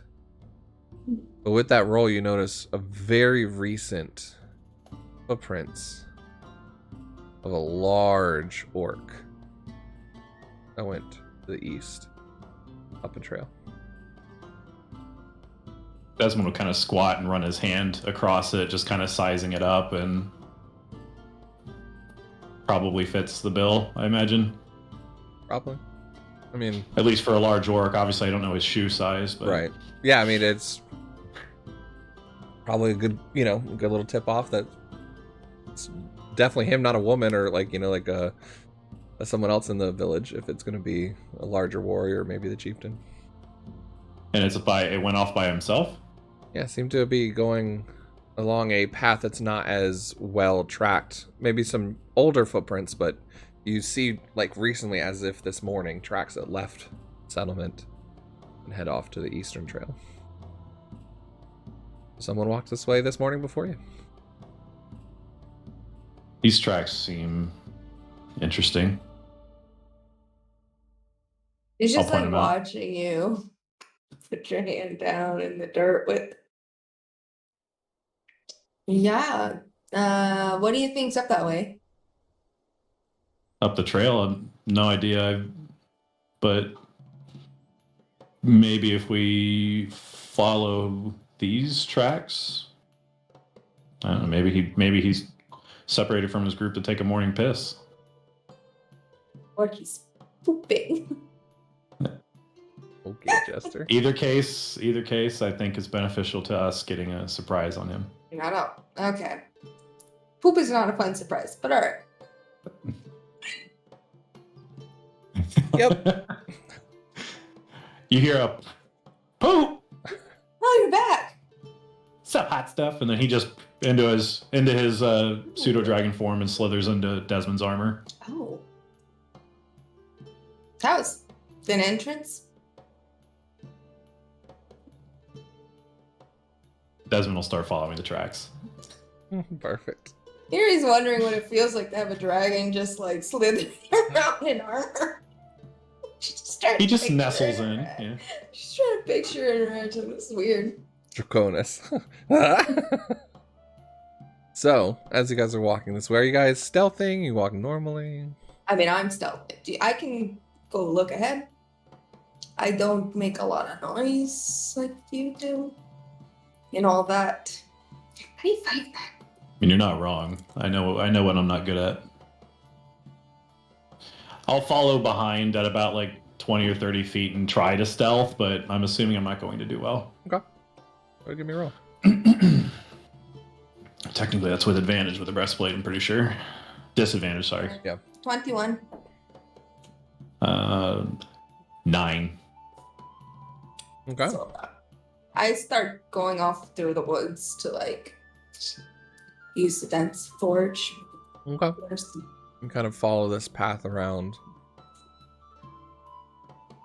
Feeling pretty stealthy. You can hear behind you a few clanks and a few twigs snapping, but it's far enough behind that you feel like you're hidden well enough. If you come across something, you might get the distraction on something. As you follow this path, kind of goes downhill a little bit. Trees kind of part a little bit at what seems to be a bit of a water edge. Ocean or lake? River. River. Alright. As you come across, that's stealthing. There in front of you, sitting on a dock with a fishing pole, one arm, the large orc with a basket of fish next to him. And that's where we'll go on break, as we'll come back to our poor assassin who's poor guy sitting on a dock. But we'll go ahead and take a quick break and come back to our second half of session 0. Thank you guys so much for dropping in. We'll go ahead, get up, move around a little bit, go to the bathroom, grab some popcorn, and we'll come back for the second half of Fall of the Netherdeep.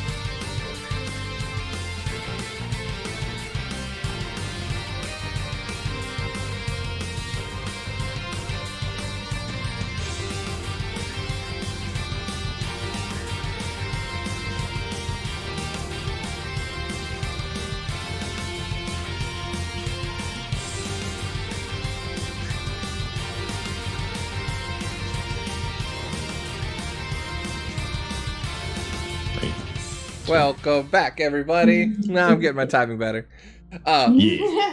Welcome back.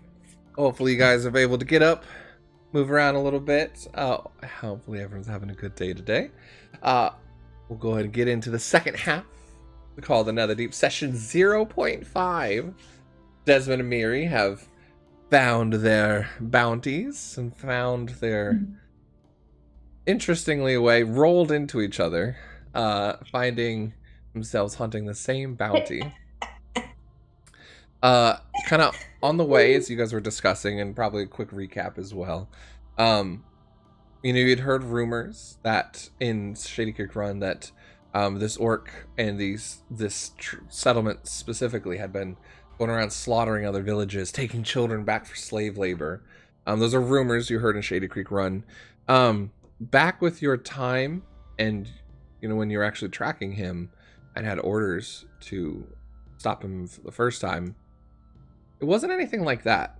There had been a few incursions of other orc tribes and skirmishes, and for the one you had was where he had actually they had come into a offshoot outpost, and your squad was supposed to track them down and kind of take out the threat that had gone against the outpost. Yep. And you pushed them off, took an arm, took a few other people, but they retreated and left and never had any problems that they're at the outpost again. You guys sneak your way up. Mid-morning, the day's coming over, fish in the sea. Mirri, you come across first an odd sight of a large orc, kind of a leather strap on his shoulder, but doesn't seem to be wearing any armor. Has a bit of a sword, long sword, leaned up against the basket, but is sitting there, left arm missing. Clearly your guy. Kind of long dreads kind of pulled back to a knot in the back. You can see 2 orc ears, but one has like a half of a chunk of it missing, and a fishing pole. I mean, everyone's got to eat. I just look at the bounty again. Why do they want him dead? They want him dead for war crimes against the Dwindling Empire. War crimes? I mean, I don't particularly care about that part.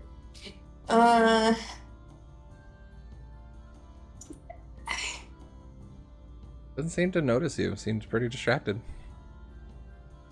Let me go ahead, actually. I forgot. Switch over to the battle cam so everyone else can see what you're looking at. Battle. Battle.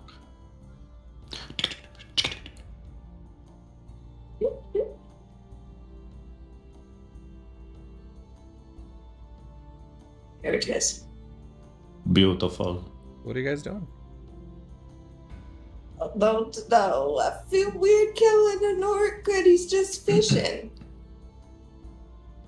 Well, Are you going back to Desmond? Desmond's still sneaking up behind you. Well, I guess at this point you might be able to see. Yeah. Just look back at us.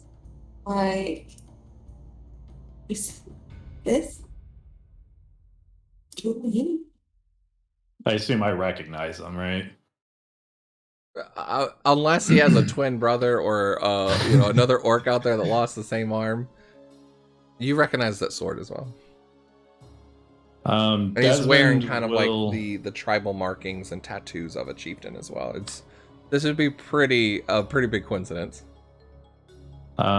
Since technically I was stealthing, I'll say that I've only got half my speed left. But I'll move 15 feet forward, not stealthing at all. So my boots will clack a little bit, the rustle of my metal and stuff against my breastplate. So I'm making making my presence very clear that I'm here, but I don't want to say anything yet. Okay. And I'll just kind of post my spear into the ground and just kind of wait. So you basically made a lot of noise for him to hear you, essentially, right? Okay. Yeah, he'll turn around and see me. Yeah, you see it.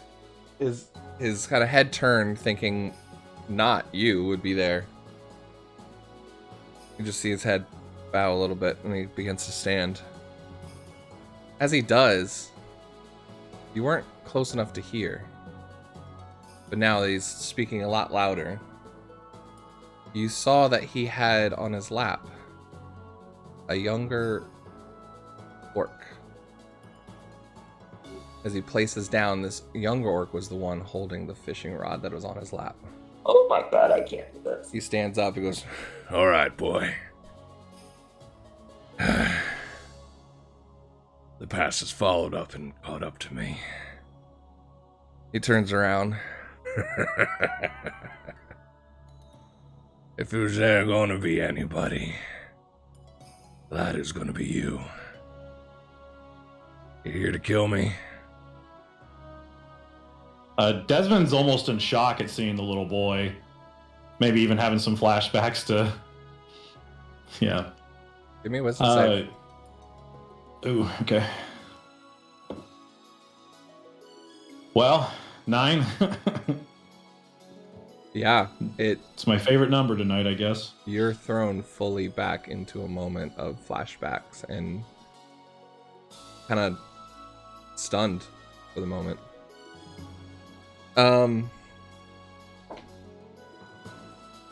Still doesn't seem to see you, Mirri. And he's just gonna pat the boy on his chest. "Remember what I taught you, boy. You run back to the village now. Time to move on upstream. And if I don't come back, remember what I've taught you. You are the man of the city now. Go!" You see the boy just like, "Dad, what? No, I'll fight him with you," and just like claps his chest again. "Run!" The boy will start to take up the coast. Unless you guys do anything. Desmond uses that stunned state to remain silent and stoic, but that's about all he does right now. We'll walk Mirri's over, like watching a play unfold in front of her. kind of grabs his sword, It's a tragedy. kind of one-handed. The other one, he looks down.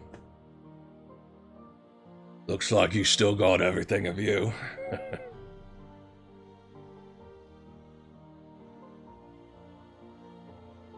What's going on up here?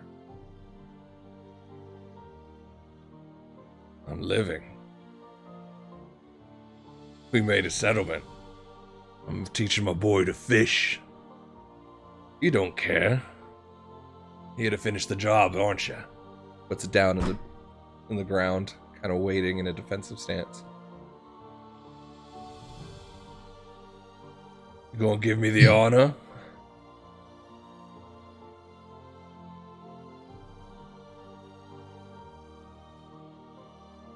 Why is there a bounty out for you?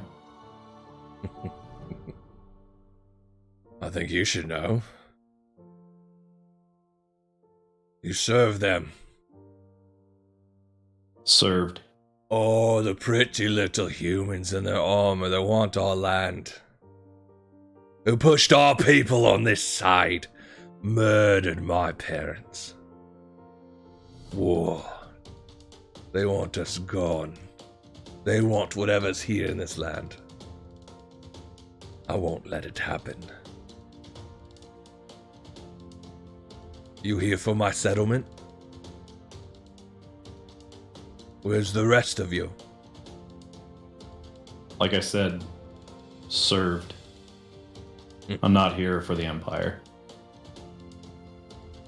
We'll take, Go ahead, Mir. Mirri walks out behind the bush. He, like, starts walking off the dock and then sees you walk out. She's just holding on to like her gnarled quarterstaff. And she's looking at Desmond. "I don't give two shits about the Empire. I mean, did you like..." And then she turns back to the orc. "I mean, they're saying you do a lot of shit, but people tend, especially humans, talk shit about people different than them.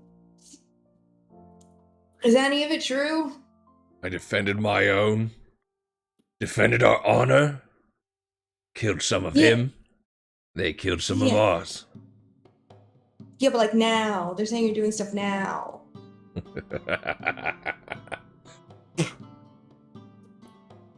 Just like him. Do I look like a soldier? Do I look like I'm in fighting shape? I mean, does he have like a pot belly going on? Not really, dude. I was like, I mean, If you're here to kill me, I'd like to get on with it. I just look at Desmond like, this is your beef. He still looks a little shaken. Maybe even visibly, like maybe one leg kind of like shakes a little bit. Desmond, give me a perception check with disadvantage, and Mirri with regular. Perception with disadvantage would be, I don't know, an 11. Not bad, actually. Plus 5, 19. 19. As you're all talking, Desmond, you can just hear the clashing of swords and children and orc yells and many other just flashbacks. You're slowly coming back, and you hear more children yelling. At first you thought it was another flashback, but it's too real. Mirri, you look up and you can now see smoke rising from the north on the side of the woods. And he just looks up. You bastards! You going after the village? He starts walking forward. Either kill me or get out of my way! And he's gonna start taking off towards the other path towards the village. What are you doing? Very lets him pass. He gets to you, Desmond. Desmond will kind of, he doesn't like give any ground. He kind of stares at the orc. Obviously his eyes trail up, even though Desmond's, 6'1", this orc's probably like, probably what, 8 foot. Yeah. Yeah, he kind of like comes right up to you as like, basically like, what are you gonna do? Now, raiding settlements and stuff kind of fits the bill for what they're blaming him for, right? As in addition to the war crimes that the Empire bestowed upon him. Yep. So Desmond doesn't move out of the way. He just waits for this guy to walk up and just kind of, I assume, just stop and just kind of look down and wait for him to do something too. Are you raising your sword at all? Nope. He just shoulder checks you and will go past you. I will athletics check to contest. Okay. Sure. Like if he goes to shoulder check me, I'm going to raise my left hand to try to catch him and hold him back for a second. Okay. Athletics plus 6. There you go. So 18. 17. You kind of go and you're just able to, like, he glances off your shoulder and you kind of put up your hand. Kind of, he's like next to you, like shoulder to shoulder, kind of just looking at you, waiting. Do I know his name? Yeah. His name? Bob. Bork the orc. Narkosh. So I'll kind of like put my hand up on like kind of like his shoulder and just kind of stop him in place a little bit, and I'm still looking forward, like where the kid was standing, and I'll just say, they're blaming you. What was the name? I'm sorry. Narkosh. Sorry. I was like, they're blaming you for settlement raids, Narkosh. Who's raiding your settlement? That's what I'm about to find out. Either kill me or make sure they don't die. He's gonna continue to try and walk on. He doesn't seem like he knows. I turn and I walk with him. Okay. He's gonna start taking off on a sprint. You guys following him? Yep. There he keeps up. The bounty that you guys are after, you now are following up the path. The boys seem to go up the coast. He seems to be taking a more direct route. is you guys come across quite the sight. Coming around the bend, this orc village, this settlement that the tracks lead to, you can see 3 robed figures with breastplates underneath. To anyone else, could be easily mistaken as a mercenary. They're all putting fires and dousing these settlements. And you see a few slain orcs on the ground. You can hear cries of people from inside, children and women from inside these tents. However, Desmond, as you come running up, and let me get the tokens up here, you instantly recognize these as Dwendalen Empire soldiers, but they're hiding their insignia.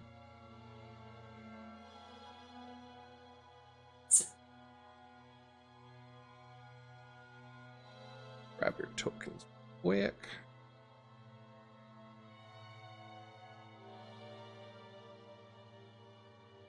Alright, so you guys would be coming up from here. So what are you doing? This guy, you just see him roar out and start running in and running in towards these soldiers here. You guys joining in? Oh yeah, especially as Desmond kind of sees what these people are doing. Mirri's gonna try and bust down some walls to get people out. All right. Roll me initiative. All right. Hey. Oh yeah. 17. 17, okay. 22. 22, nice. Just monk shit. Yeah, just monk things. All right. Mirri, you're up first. You I'm see rushing in. this active burnt of fire.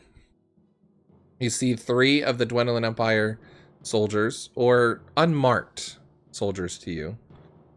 You can give me a perception check to see if you can quickly realize they're Dwendalen Empire without Desmond saying anything.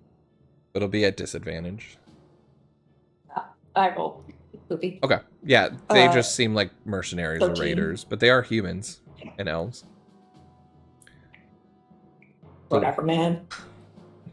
What are you doing? She's rushing up to this building right here. Okay. And she's gonna try to use her quarterstaff to like break it down to get people out. Perfect. Go She's ahead. gonna care about these people. Give me a attack roll. I care about the right.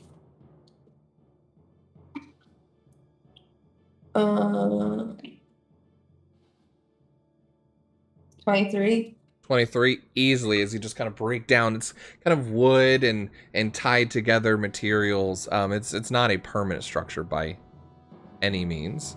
You're able to quickly grab it down, and you see 2 orc girls on the inside who, unfortunately, there seems to be some adults who did not make it, but they are held together on the other side of the beds.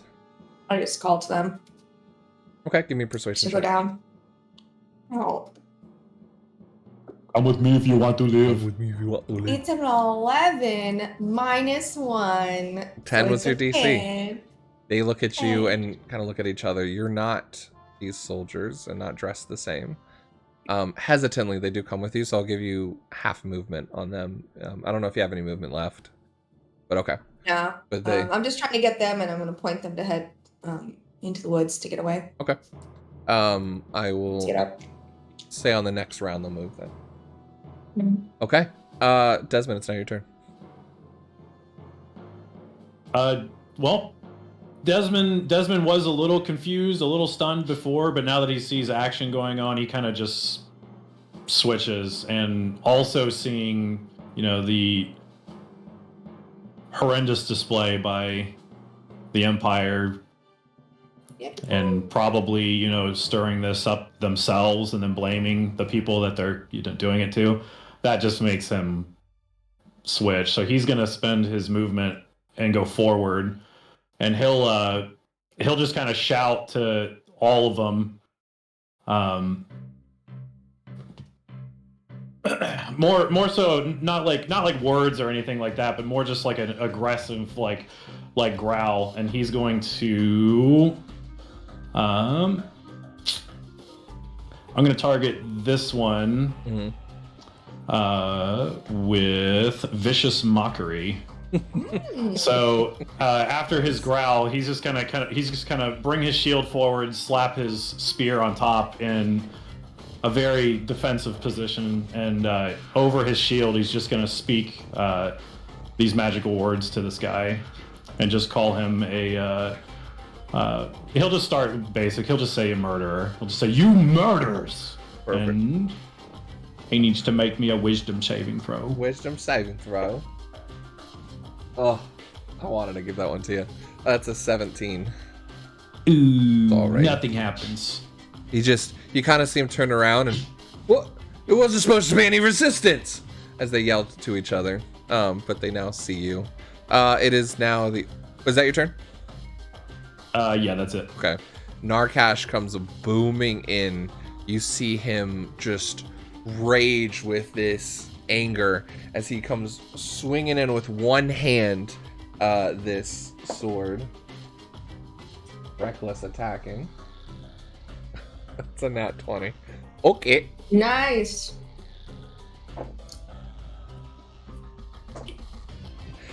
Mirri, you just look back as just one swing of this orc, and he kind of slides to a stop. You see why people fear him. One swing, and this guy is beheaded. Oh god, I didn't fight him. All right, it was a nat 20. It was a really good roll, but yeah, you know. All right, it is now their go. They're both just going to target you because. Yep. 5, 10, That was the idea. 30. Comes around 5, 10. They are met with the same military stance and fighting styles as Give themselves. me an insight check as they come Ooh. up upon you and they start swinging. One with a natural 1, 15. and the other with with an 8. You said 18? 15. 15. They had like dropped these like buckets of oil and were like putting this all on fire, and like grabbed a short sword and kind of ran towards you. They're either very poorly trained or not. They're not up to par of the soldiers you fought with. They would have flanked you. They would have been able to hit you better. These seem either young, inexperienced, or maybe they just don't come across as Dwindling Empire soldiers to you. Double blaming. They're faking being these guys and faking the. But yeah, They I'll block one and they kick both him with miss. that one. Yeah, as you kind of kick back the other one, as they're just kind of looking at each other as they see the other guy get beheaded. A little worried, but we'll go to the top of the order. Mirri. Mirri runs to the next building. Okay. Because if there's one thing she knows, it's fire. Fire. Oh. Yeah, as you're and able to she'll like. hit this one. That's the top one. Okay. And what direction towards the forest did you have them run? Back the way you came? Yeah, back when we came. Okay. I'll say Try to they get them out. start running off. And you kind of see, and you can see the orc's son now running up. And you just see them, get them to the water! And the son is starting to like guide some of the other children and survivors. Okay, give me an attack roll on this one. The flames kind of licking at you, but you're used to it. These flames aren't really bothering you at the moment. It's one. Plus 5 is a 16. 16 again, just quickly break through. This one is an older woman and is kind of coughing a bit. I just hold my head down. Let's go. Persuasion check. You are not an orc. One. 0. Oh my god. You just see her like starting to like, she has like a small dagger, is like trying to push you away, and it just looks terrified. I still have. I don't have anything left. I can't move out of my way. I'm just like backing up and like turning to the other building to like knock down some walls. Okay. She can get out if she wants. So. Sure. Granny, get out. Perfect. At the end of your turn, it will be this guy's turn as he rolls up behind you, Desmond. The once now bounty and rival, you have fought on opposite sides of the battlefield. He turns around and comes up behind these men.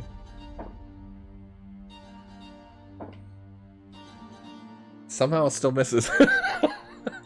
But kind of swings out and begins to put kind of this soldier in between you on guard.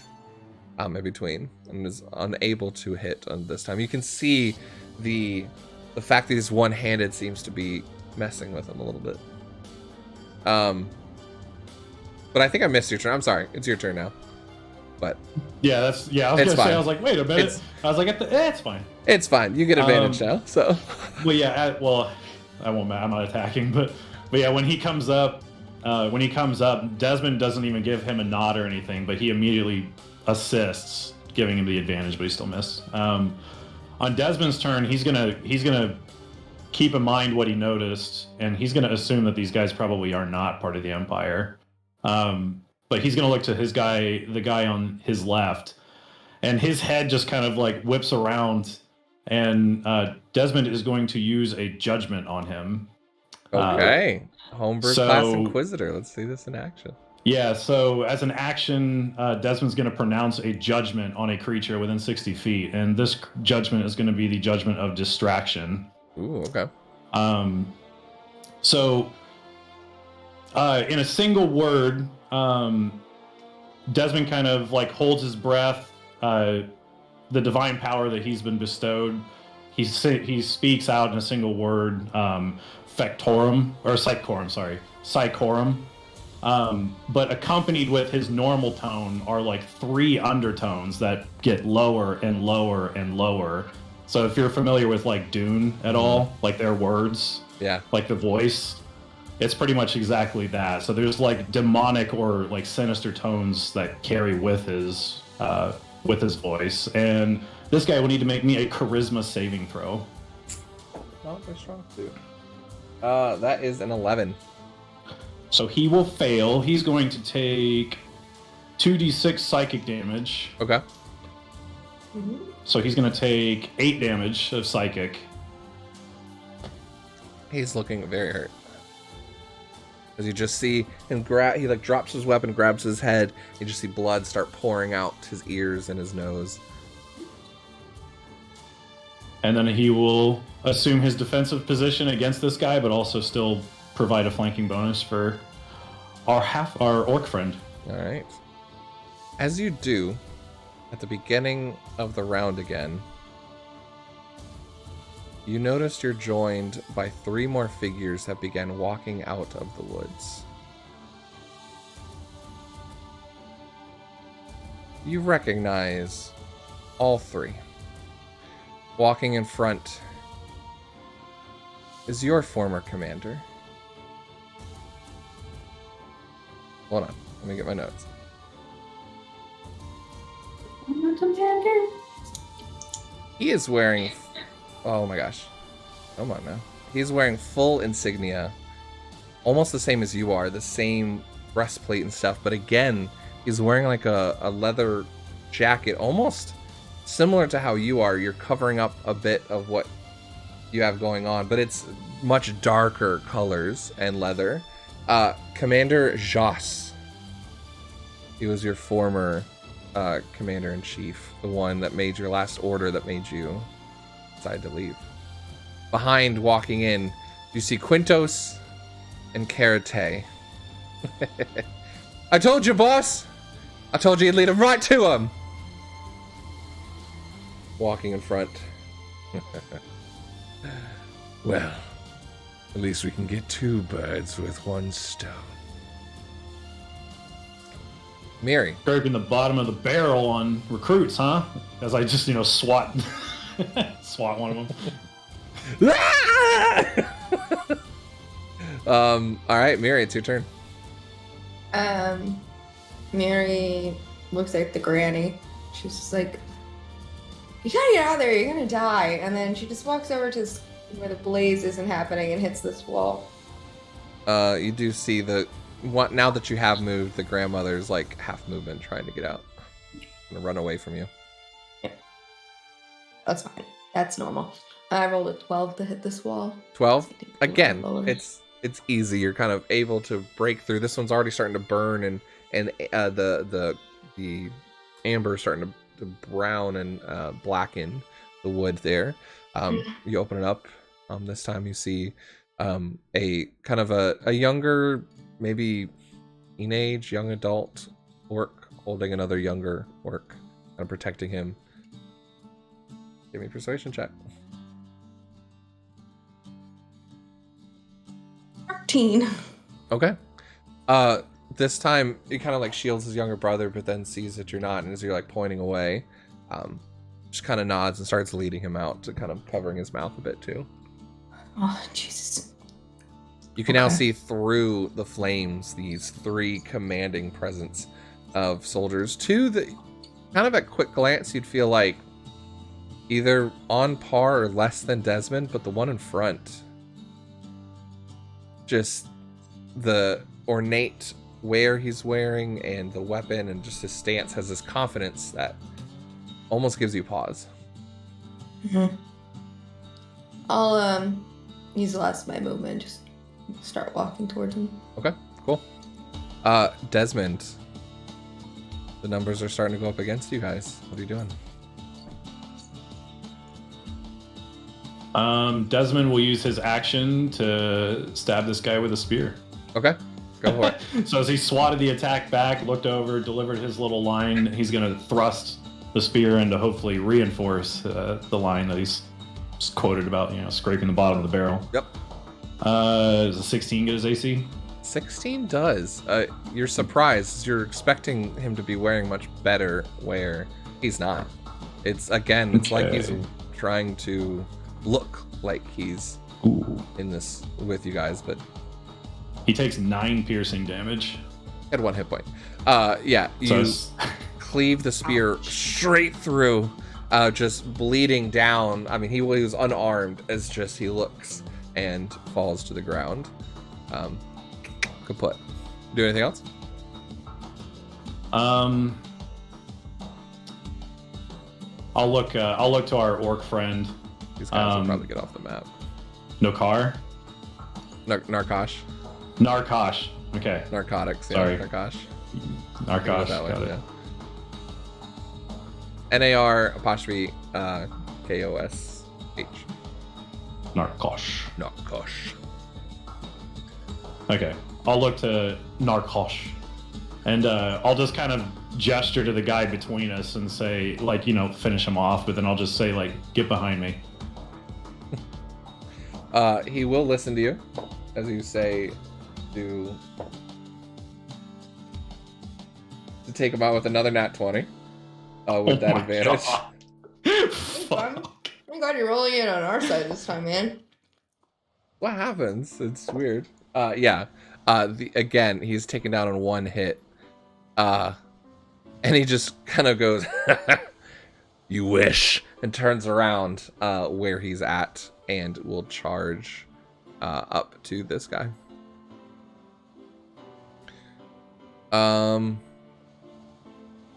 Yeah, I guess it'd be their turn. He almost seems to, the commander as he's walking up, just gives one look and looks back. Take care of him. And Misty steps up here to you and we'll walk over. So let's see how your skills are now. And we'll take 2 attacks at you. Rolled a nat 1 again. You kind of with the shield, swinging out with a rapier. You kind of deflect the first one with your shield. The second one is a 10. So of course I can't hit a level 1 character, but that's okay. Yay! as you deflect again, but you can feel this odd strength to him. Something is different about him than he was before. As you're almost having to, like, you feel your feet push back in the ground a bit, even with these bad rolls. You're defending it, but he's hitting hard. Them two are going to roll up on your boy. Going to be a hit. And a second hit.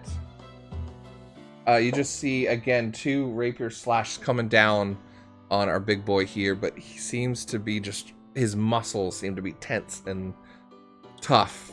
He seems to be taking them decently well. But he is starting to get hurt a bit. Mirri, it's back up at you. Oh, I can't wait till I have more levels to go faster. She will start walking through the flame to these boys. Grandma gets up, they dash out. These guys are safe. And as she walks through, she produces flames and prepares to attack, but I can't get any closer. All right. That's my turn. So her hands are on fire. Kind of walking up through the fire. Go ahead and give me an intimidation check. I'll give you something on this turn. It's pretty badass, in my opinion. I know, but that's charisma based. Well, you could do. I'll have you do Dex base because that's your attack. So you're flexing out with fires. You're kind of walking up towards. So give me an intimidation Dex based. 14. 14. Okay. You can kind of see Quintos looks over and does not recognize you. And is like, that's not part of this. Karate just kind of looks over and, or doesn't even seem distracted while she's fighting this big orc. All right, Desmond, you're up against your commander. Again, something's odd about him. You can give me an insight roll if you want. I would like to, yes. 16? There's like a flash or an aura behind his eyes that you've never seen before. Like a spell, perhaps, or some sort of buff? Potentially. It reminds you of times you've come across combatants who are taking a source of power from something else. Maybe a warlock or something. And again, he never had this when you fought him the first time. Seems you've picked up some new tricks too, then. Quite handy.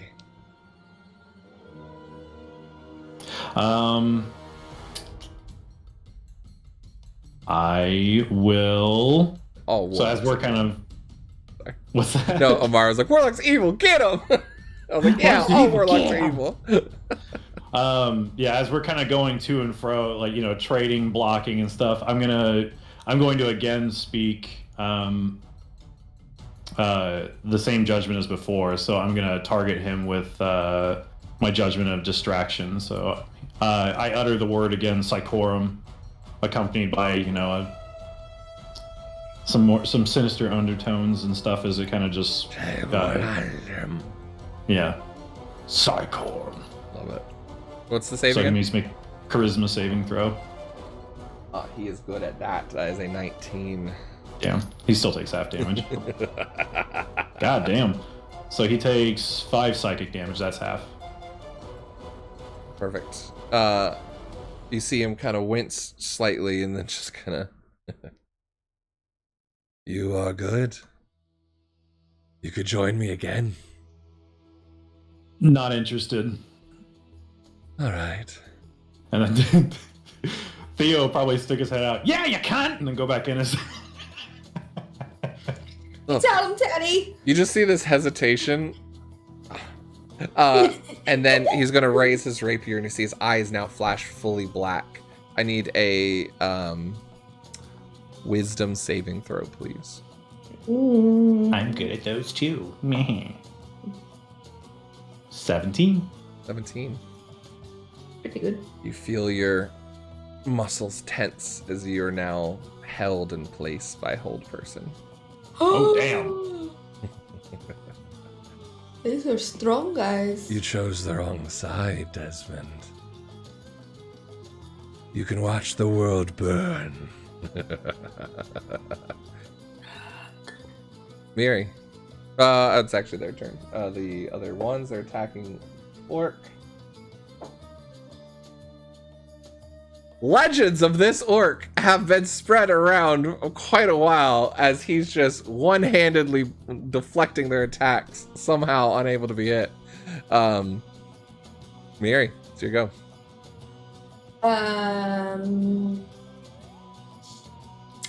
Shit.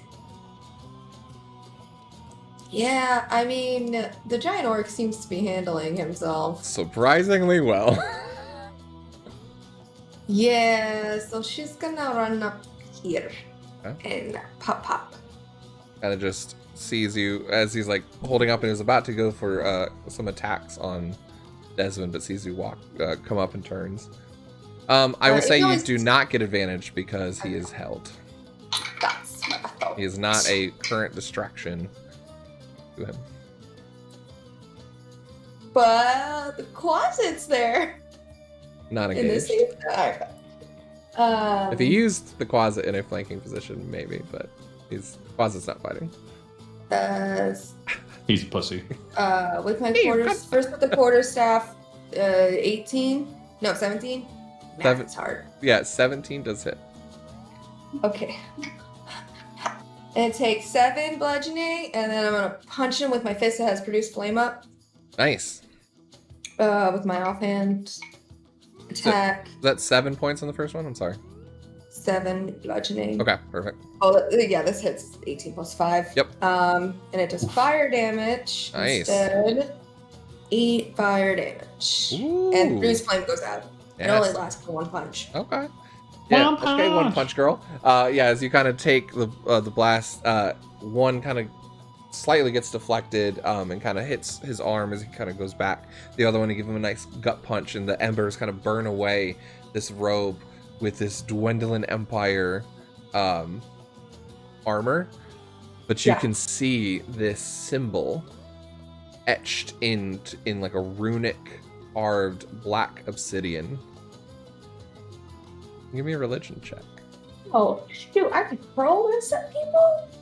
Sorry. Apparently you can hurl produce flame. Yep. It's like a mini firebolt. Cool. What, religion? Yep, give me a religion check. Straight roll 11. I know like one god. Yeah, you do not recognize this symbol, unfortunately. She knows one. Perfect. But it's like, At the end of your Stick. turn, you now hear horns blasting as in coming up from the top. does he have to make concentration checks on one person? Sure. It's a succeed. That's definitely a succeed. So Damn it. 18 and a 21. God, fuck. Sorry. But as you see riding in drow from the Kryn dynasties start pulling up. What's up, buds? Well, we'll finish this again later. And he goes for 2 strikes on you, Desmond. That. Alright. That's going to be 17. That hits. And a 16. That misses. It misses, right? Okay, cool. You take... As you're going to take 9 points of slashing damage right across the chest. Thank God for those temporary hit Yeah, points. thank God for 10 HP. They can't know we were here. And he's going to teleport again and call in a retreat as these 2 disengage. And they're going to run off. This orc just yelling out, trying to smack at them. And all that. But they run off. Mirri, what are you doing? I'm trying to shake Desmond away out of it. About the time as this Kryn Dynasty soldier pulls in, about 10 more around him, Desmond, you finally break free. As it seems that they've now gone out of... Either the spell is dropped or they've gone out of range from it.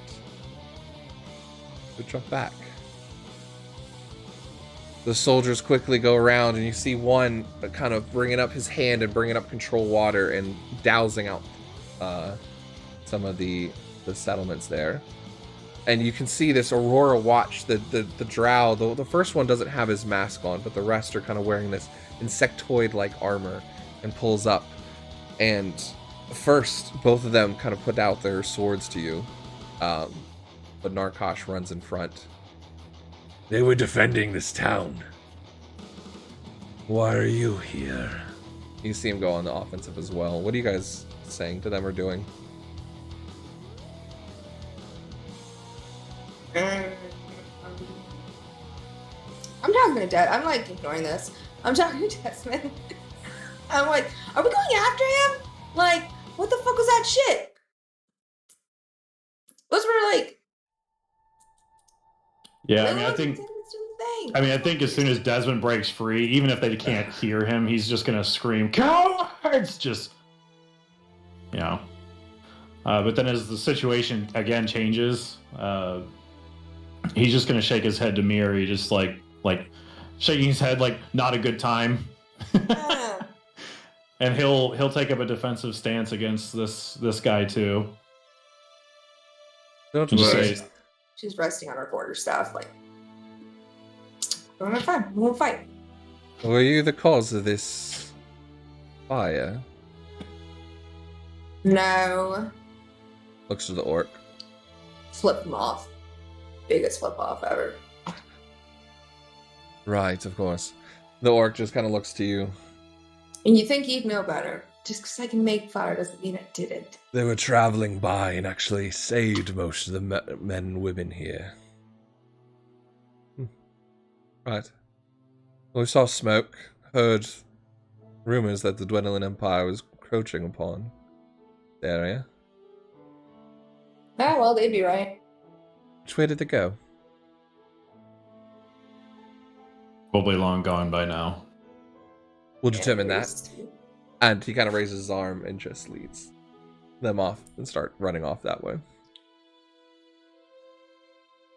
You see Narkosh kind of go to one knee as his rage kind of ends.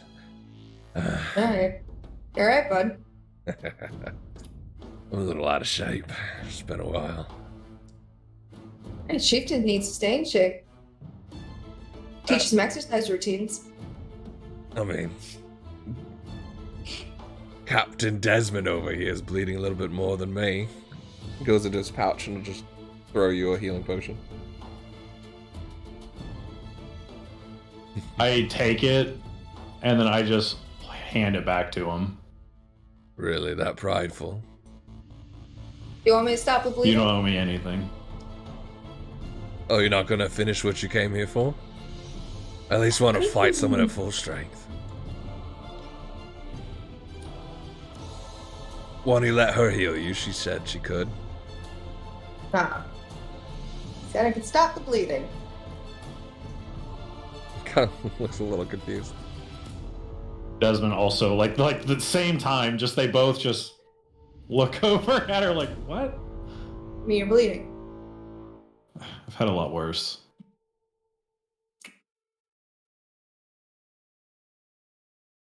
He just kind of puts his sword up. So, what you gonna do? Bounty didn't ask for proof.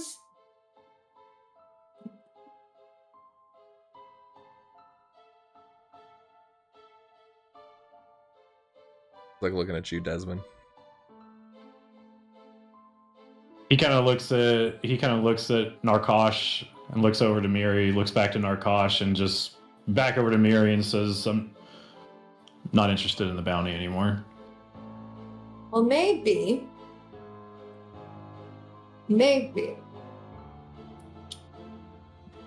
great fire happened. Narkosh died. To be honest, I don't want them bastards following me and my son. They'll drop the sword at your feet. Want that to be proof. I'll pick it up. It's huge. No, yeah, you're easily able to pick it up.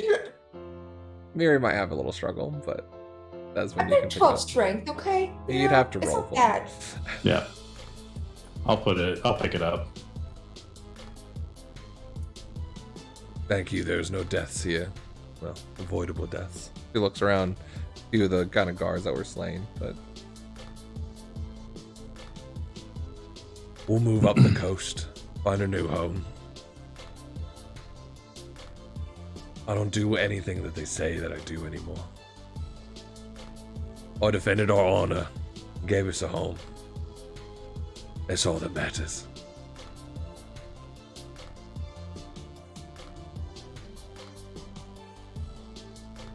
I'll just kind of. Is he still down on one knee? No, at this point he would stood up again. Okay. Yeah. Alrighty. I'll. So he gave me the sword then, right? Mm-hmm. I will. I'll think about it for a minute, and then from my bag, I will actually take out. Funny enough, a trophy, Yeah. a dagger from him that I took when I bested him before, Nice. and I'll just kind of hold it for a second and hold it out to him, and just say, I'm not with the Empire anymore. I'm trying to right a lot of wrongs, and for what it's worth, I'm sorry. If that means anything to you. And I hold his dagger out to him.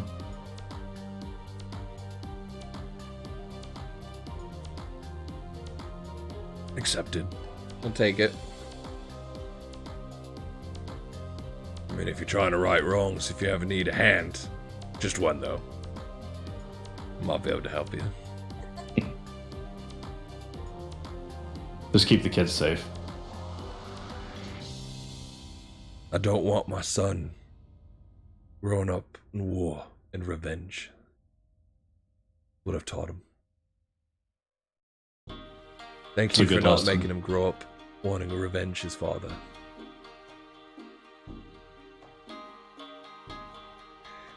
It ain't so bad. Kind of just punches the shoulder there. I'll actually let him, get me a little bit. So like I actually feel the punch. You just hear Theodore like run to the other side of the armor. So, all right. You're speaking armor. He just looks around, and there's a bit of a, I wouldn't say sorrow, just a bit of farewell and kind of nostalgia. He'll turn and puts the dagger in his belt and start walking off to find the rest of the orc survivors. Kind of steaming houses there, the fire's mostly put out. He's just leaving the bodies here that have been slain. I'll go around to at least the orcs, kind of like close their eyes, say last rites. Like it's more out of habit than anything. It doesn't maybe to Mirri it looks like his heart's like half in it. Like maybe half of it's just, Repetition. an old habit, but there's some sincerity behind it. A lot of this, is almost like that Valhalla feel, where there's a pride in dying in battle to these orcs. Mirri, what are you doing? I'll just Mary's been leaning against her quarterstaff, sort of watching everything, waiting. And when he's doing his, religious thing, She sends a quick prayer up to the Wild Mother, just because what she does. Earth will take them back soon. I'll make the land good. Fire's not all bad. Fire's good for this, at least. And he'll stand up and kind of look around it. You know, the embers that are probably still smoking a little bit.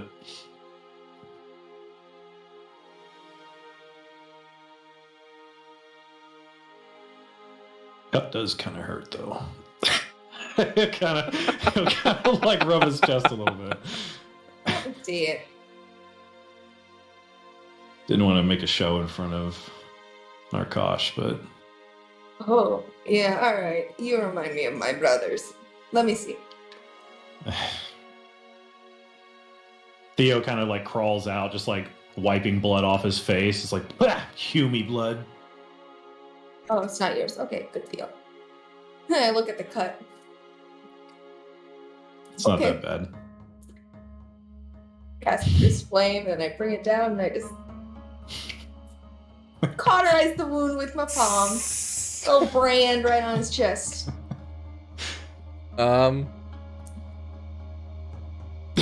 Desmond just like... Give me a con save. Yeah, I was gonna say, Desmond's just kind of confused at first, and I assume me, right? Yeah. Okay. Yeah, Mirri's fine. She's loving this. I'm caught so off guard that the natural one... Yeah. I'm just like, Mirri, what are you... There's a bit of shock. Not... Cleanses. And you're very lucky that you have temporary hit points, as the one hit of damage that you took would have taken you down to 0. No, I got 6. But right, what I'm saying, but the temporary hit points keep yeah. you up. It would have brought you to 10 if you without it.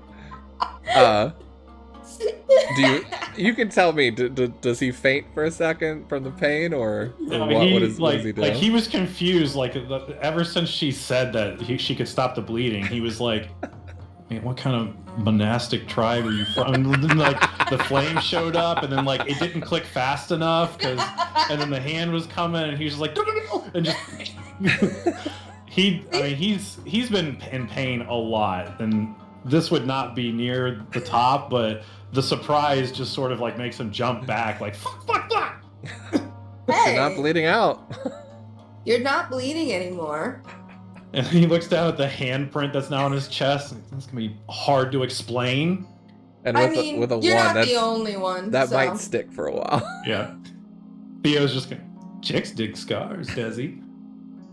And I just flick him off my shoulder. I mean, he's not wrong. He's not wrong. We do.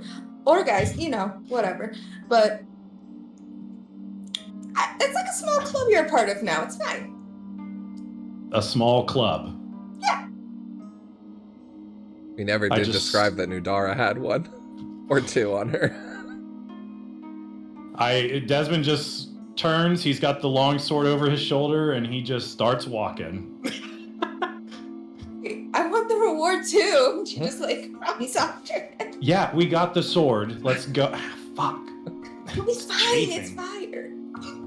It's skin. It heals. Cleansed it. You don't know what was on that sword. I mean, it looks old. It could have been infected.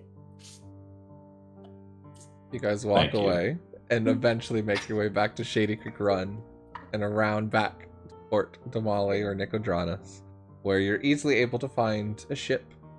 Make your way to, I'm assuming, Ankara, where you want to retrieve the bounty, or? Yeah. And as we go, I spread word horribly that Narkosh, that I got the bounty, that the bounty's done. We have his sword. I don't say anything. That's quite a lie, but I imply things. Sure. Give me a performance check again. I miss being rare. I mean, Desmond could help you if he wants. He has a pretty good charisma, does he? No. I'll watch her struggle. It was a 12 minus 1, 11. All right. There's a few people that buy into it. Some that say, call BS, and it's kind of a mixed bag from it. Do have the sword over his shoulder. It could be anybody's. Any orcs, maybe. He's ginormous. There's a little bit of half and half of reaction to that as you guys are traveling. Fair enough. Oh, the Helping Hands. That is a good name, Amara. But eventually, you guys on the ship see the desert coast of Marquette and Ank'Harel arriving around the corner. As many adventures await, as might see what the Puff Twins. Maybe they have other jobs for you, or other things in Ank'Harel, other people to find. But we'll find that out later in a few weeks when we get back to the Call of the Netherdeep. Find tonight's session. And you guys are both level 2. Yeah. Fantastic job, you two. Very well done. Very well done. Yeah. I was so excited. I was like, I'm gonna put a little twist on this rival. Let's see how this goes. Oh, Son, I was like, man, I really hope they don't just like assassin kill him and just like like sneak up on him. Not my style. On a sun in his chest. I was like, this will be interesting. Or at least not Desmond style. Yeah. Fantastic. Fantastic. Thank you guys so much. Quick shout out again to PITV Studios and Sassy Fire, Nick and Brittany. Thank you so much for joining. If you guys want more, they'll be back in 2 weeks when we have the full party here. But next week, join us for our next Session 0, where I am super excited to get to the second half of the story as well with Megan and Greg, Amara, and Good Deeds, where we get to meet Selenia. Pretty sure I'm saying that right. I'm still working on it. And Tesseric. So I'm super excited to bring their story to you guys as well. And thank you guys again so much for your support. A reminder, we will not be live tomorrow for Fates United. I'm going to take a day off. But if you can catch me on Top Down Tabletop on Saturday for the one shot. Sunday, Beacon's Aura, and then we'll be back to our normal schedule afterwards as well. I saw a heist of roleplay going on, so we're gonna go and raid the Legends of Evantris today. Ooh. This one seems really interesting. So again, thank you guys so much. I love all of you. This, if you want, this will be found on YouTube live tomorrow as well, so you can go and watch that. But as always, let's show our love and respect that you show me. Let's show it to Evantris and show them how amazing this community of TTRPGers are. We'll see you guys next time. Bye. Bye.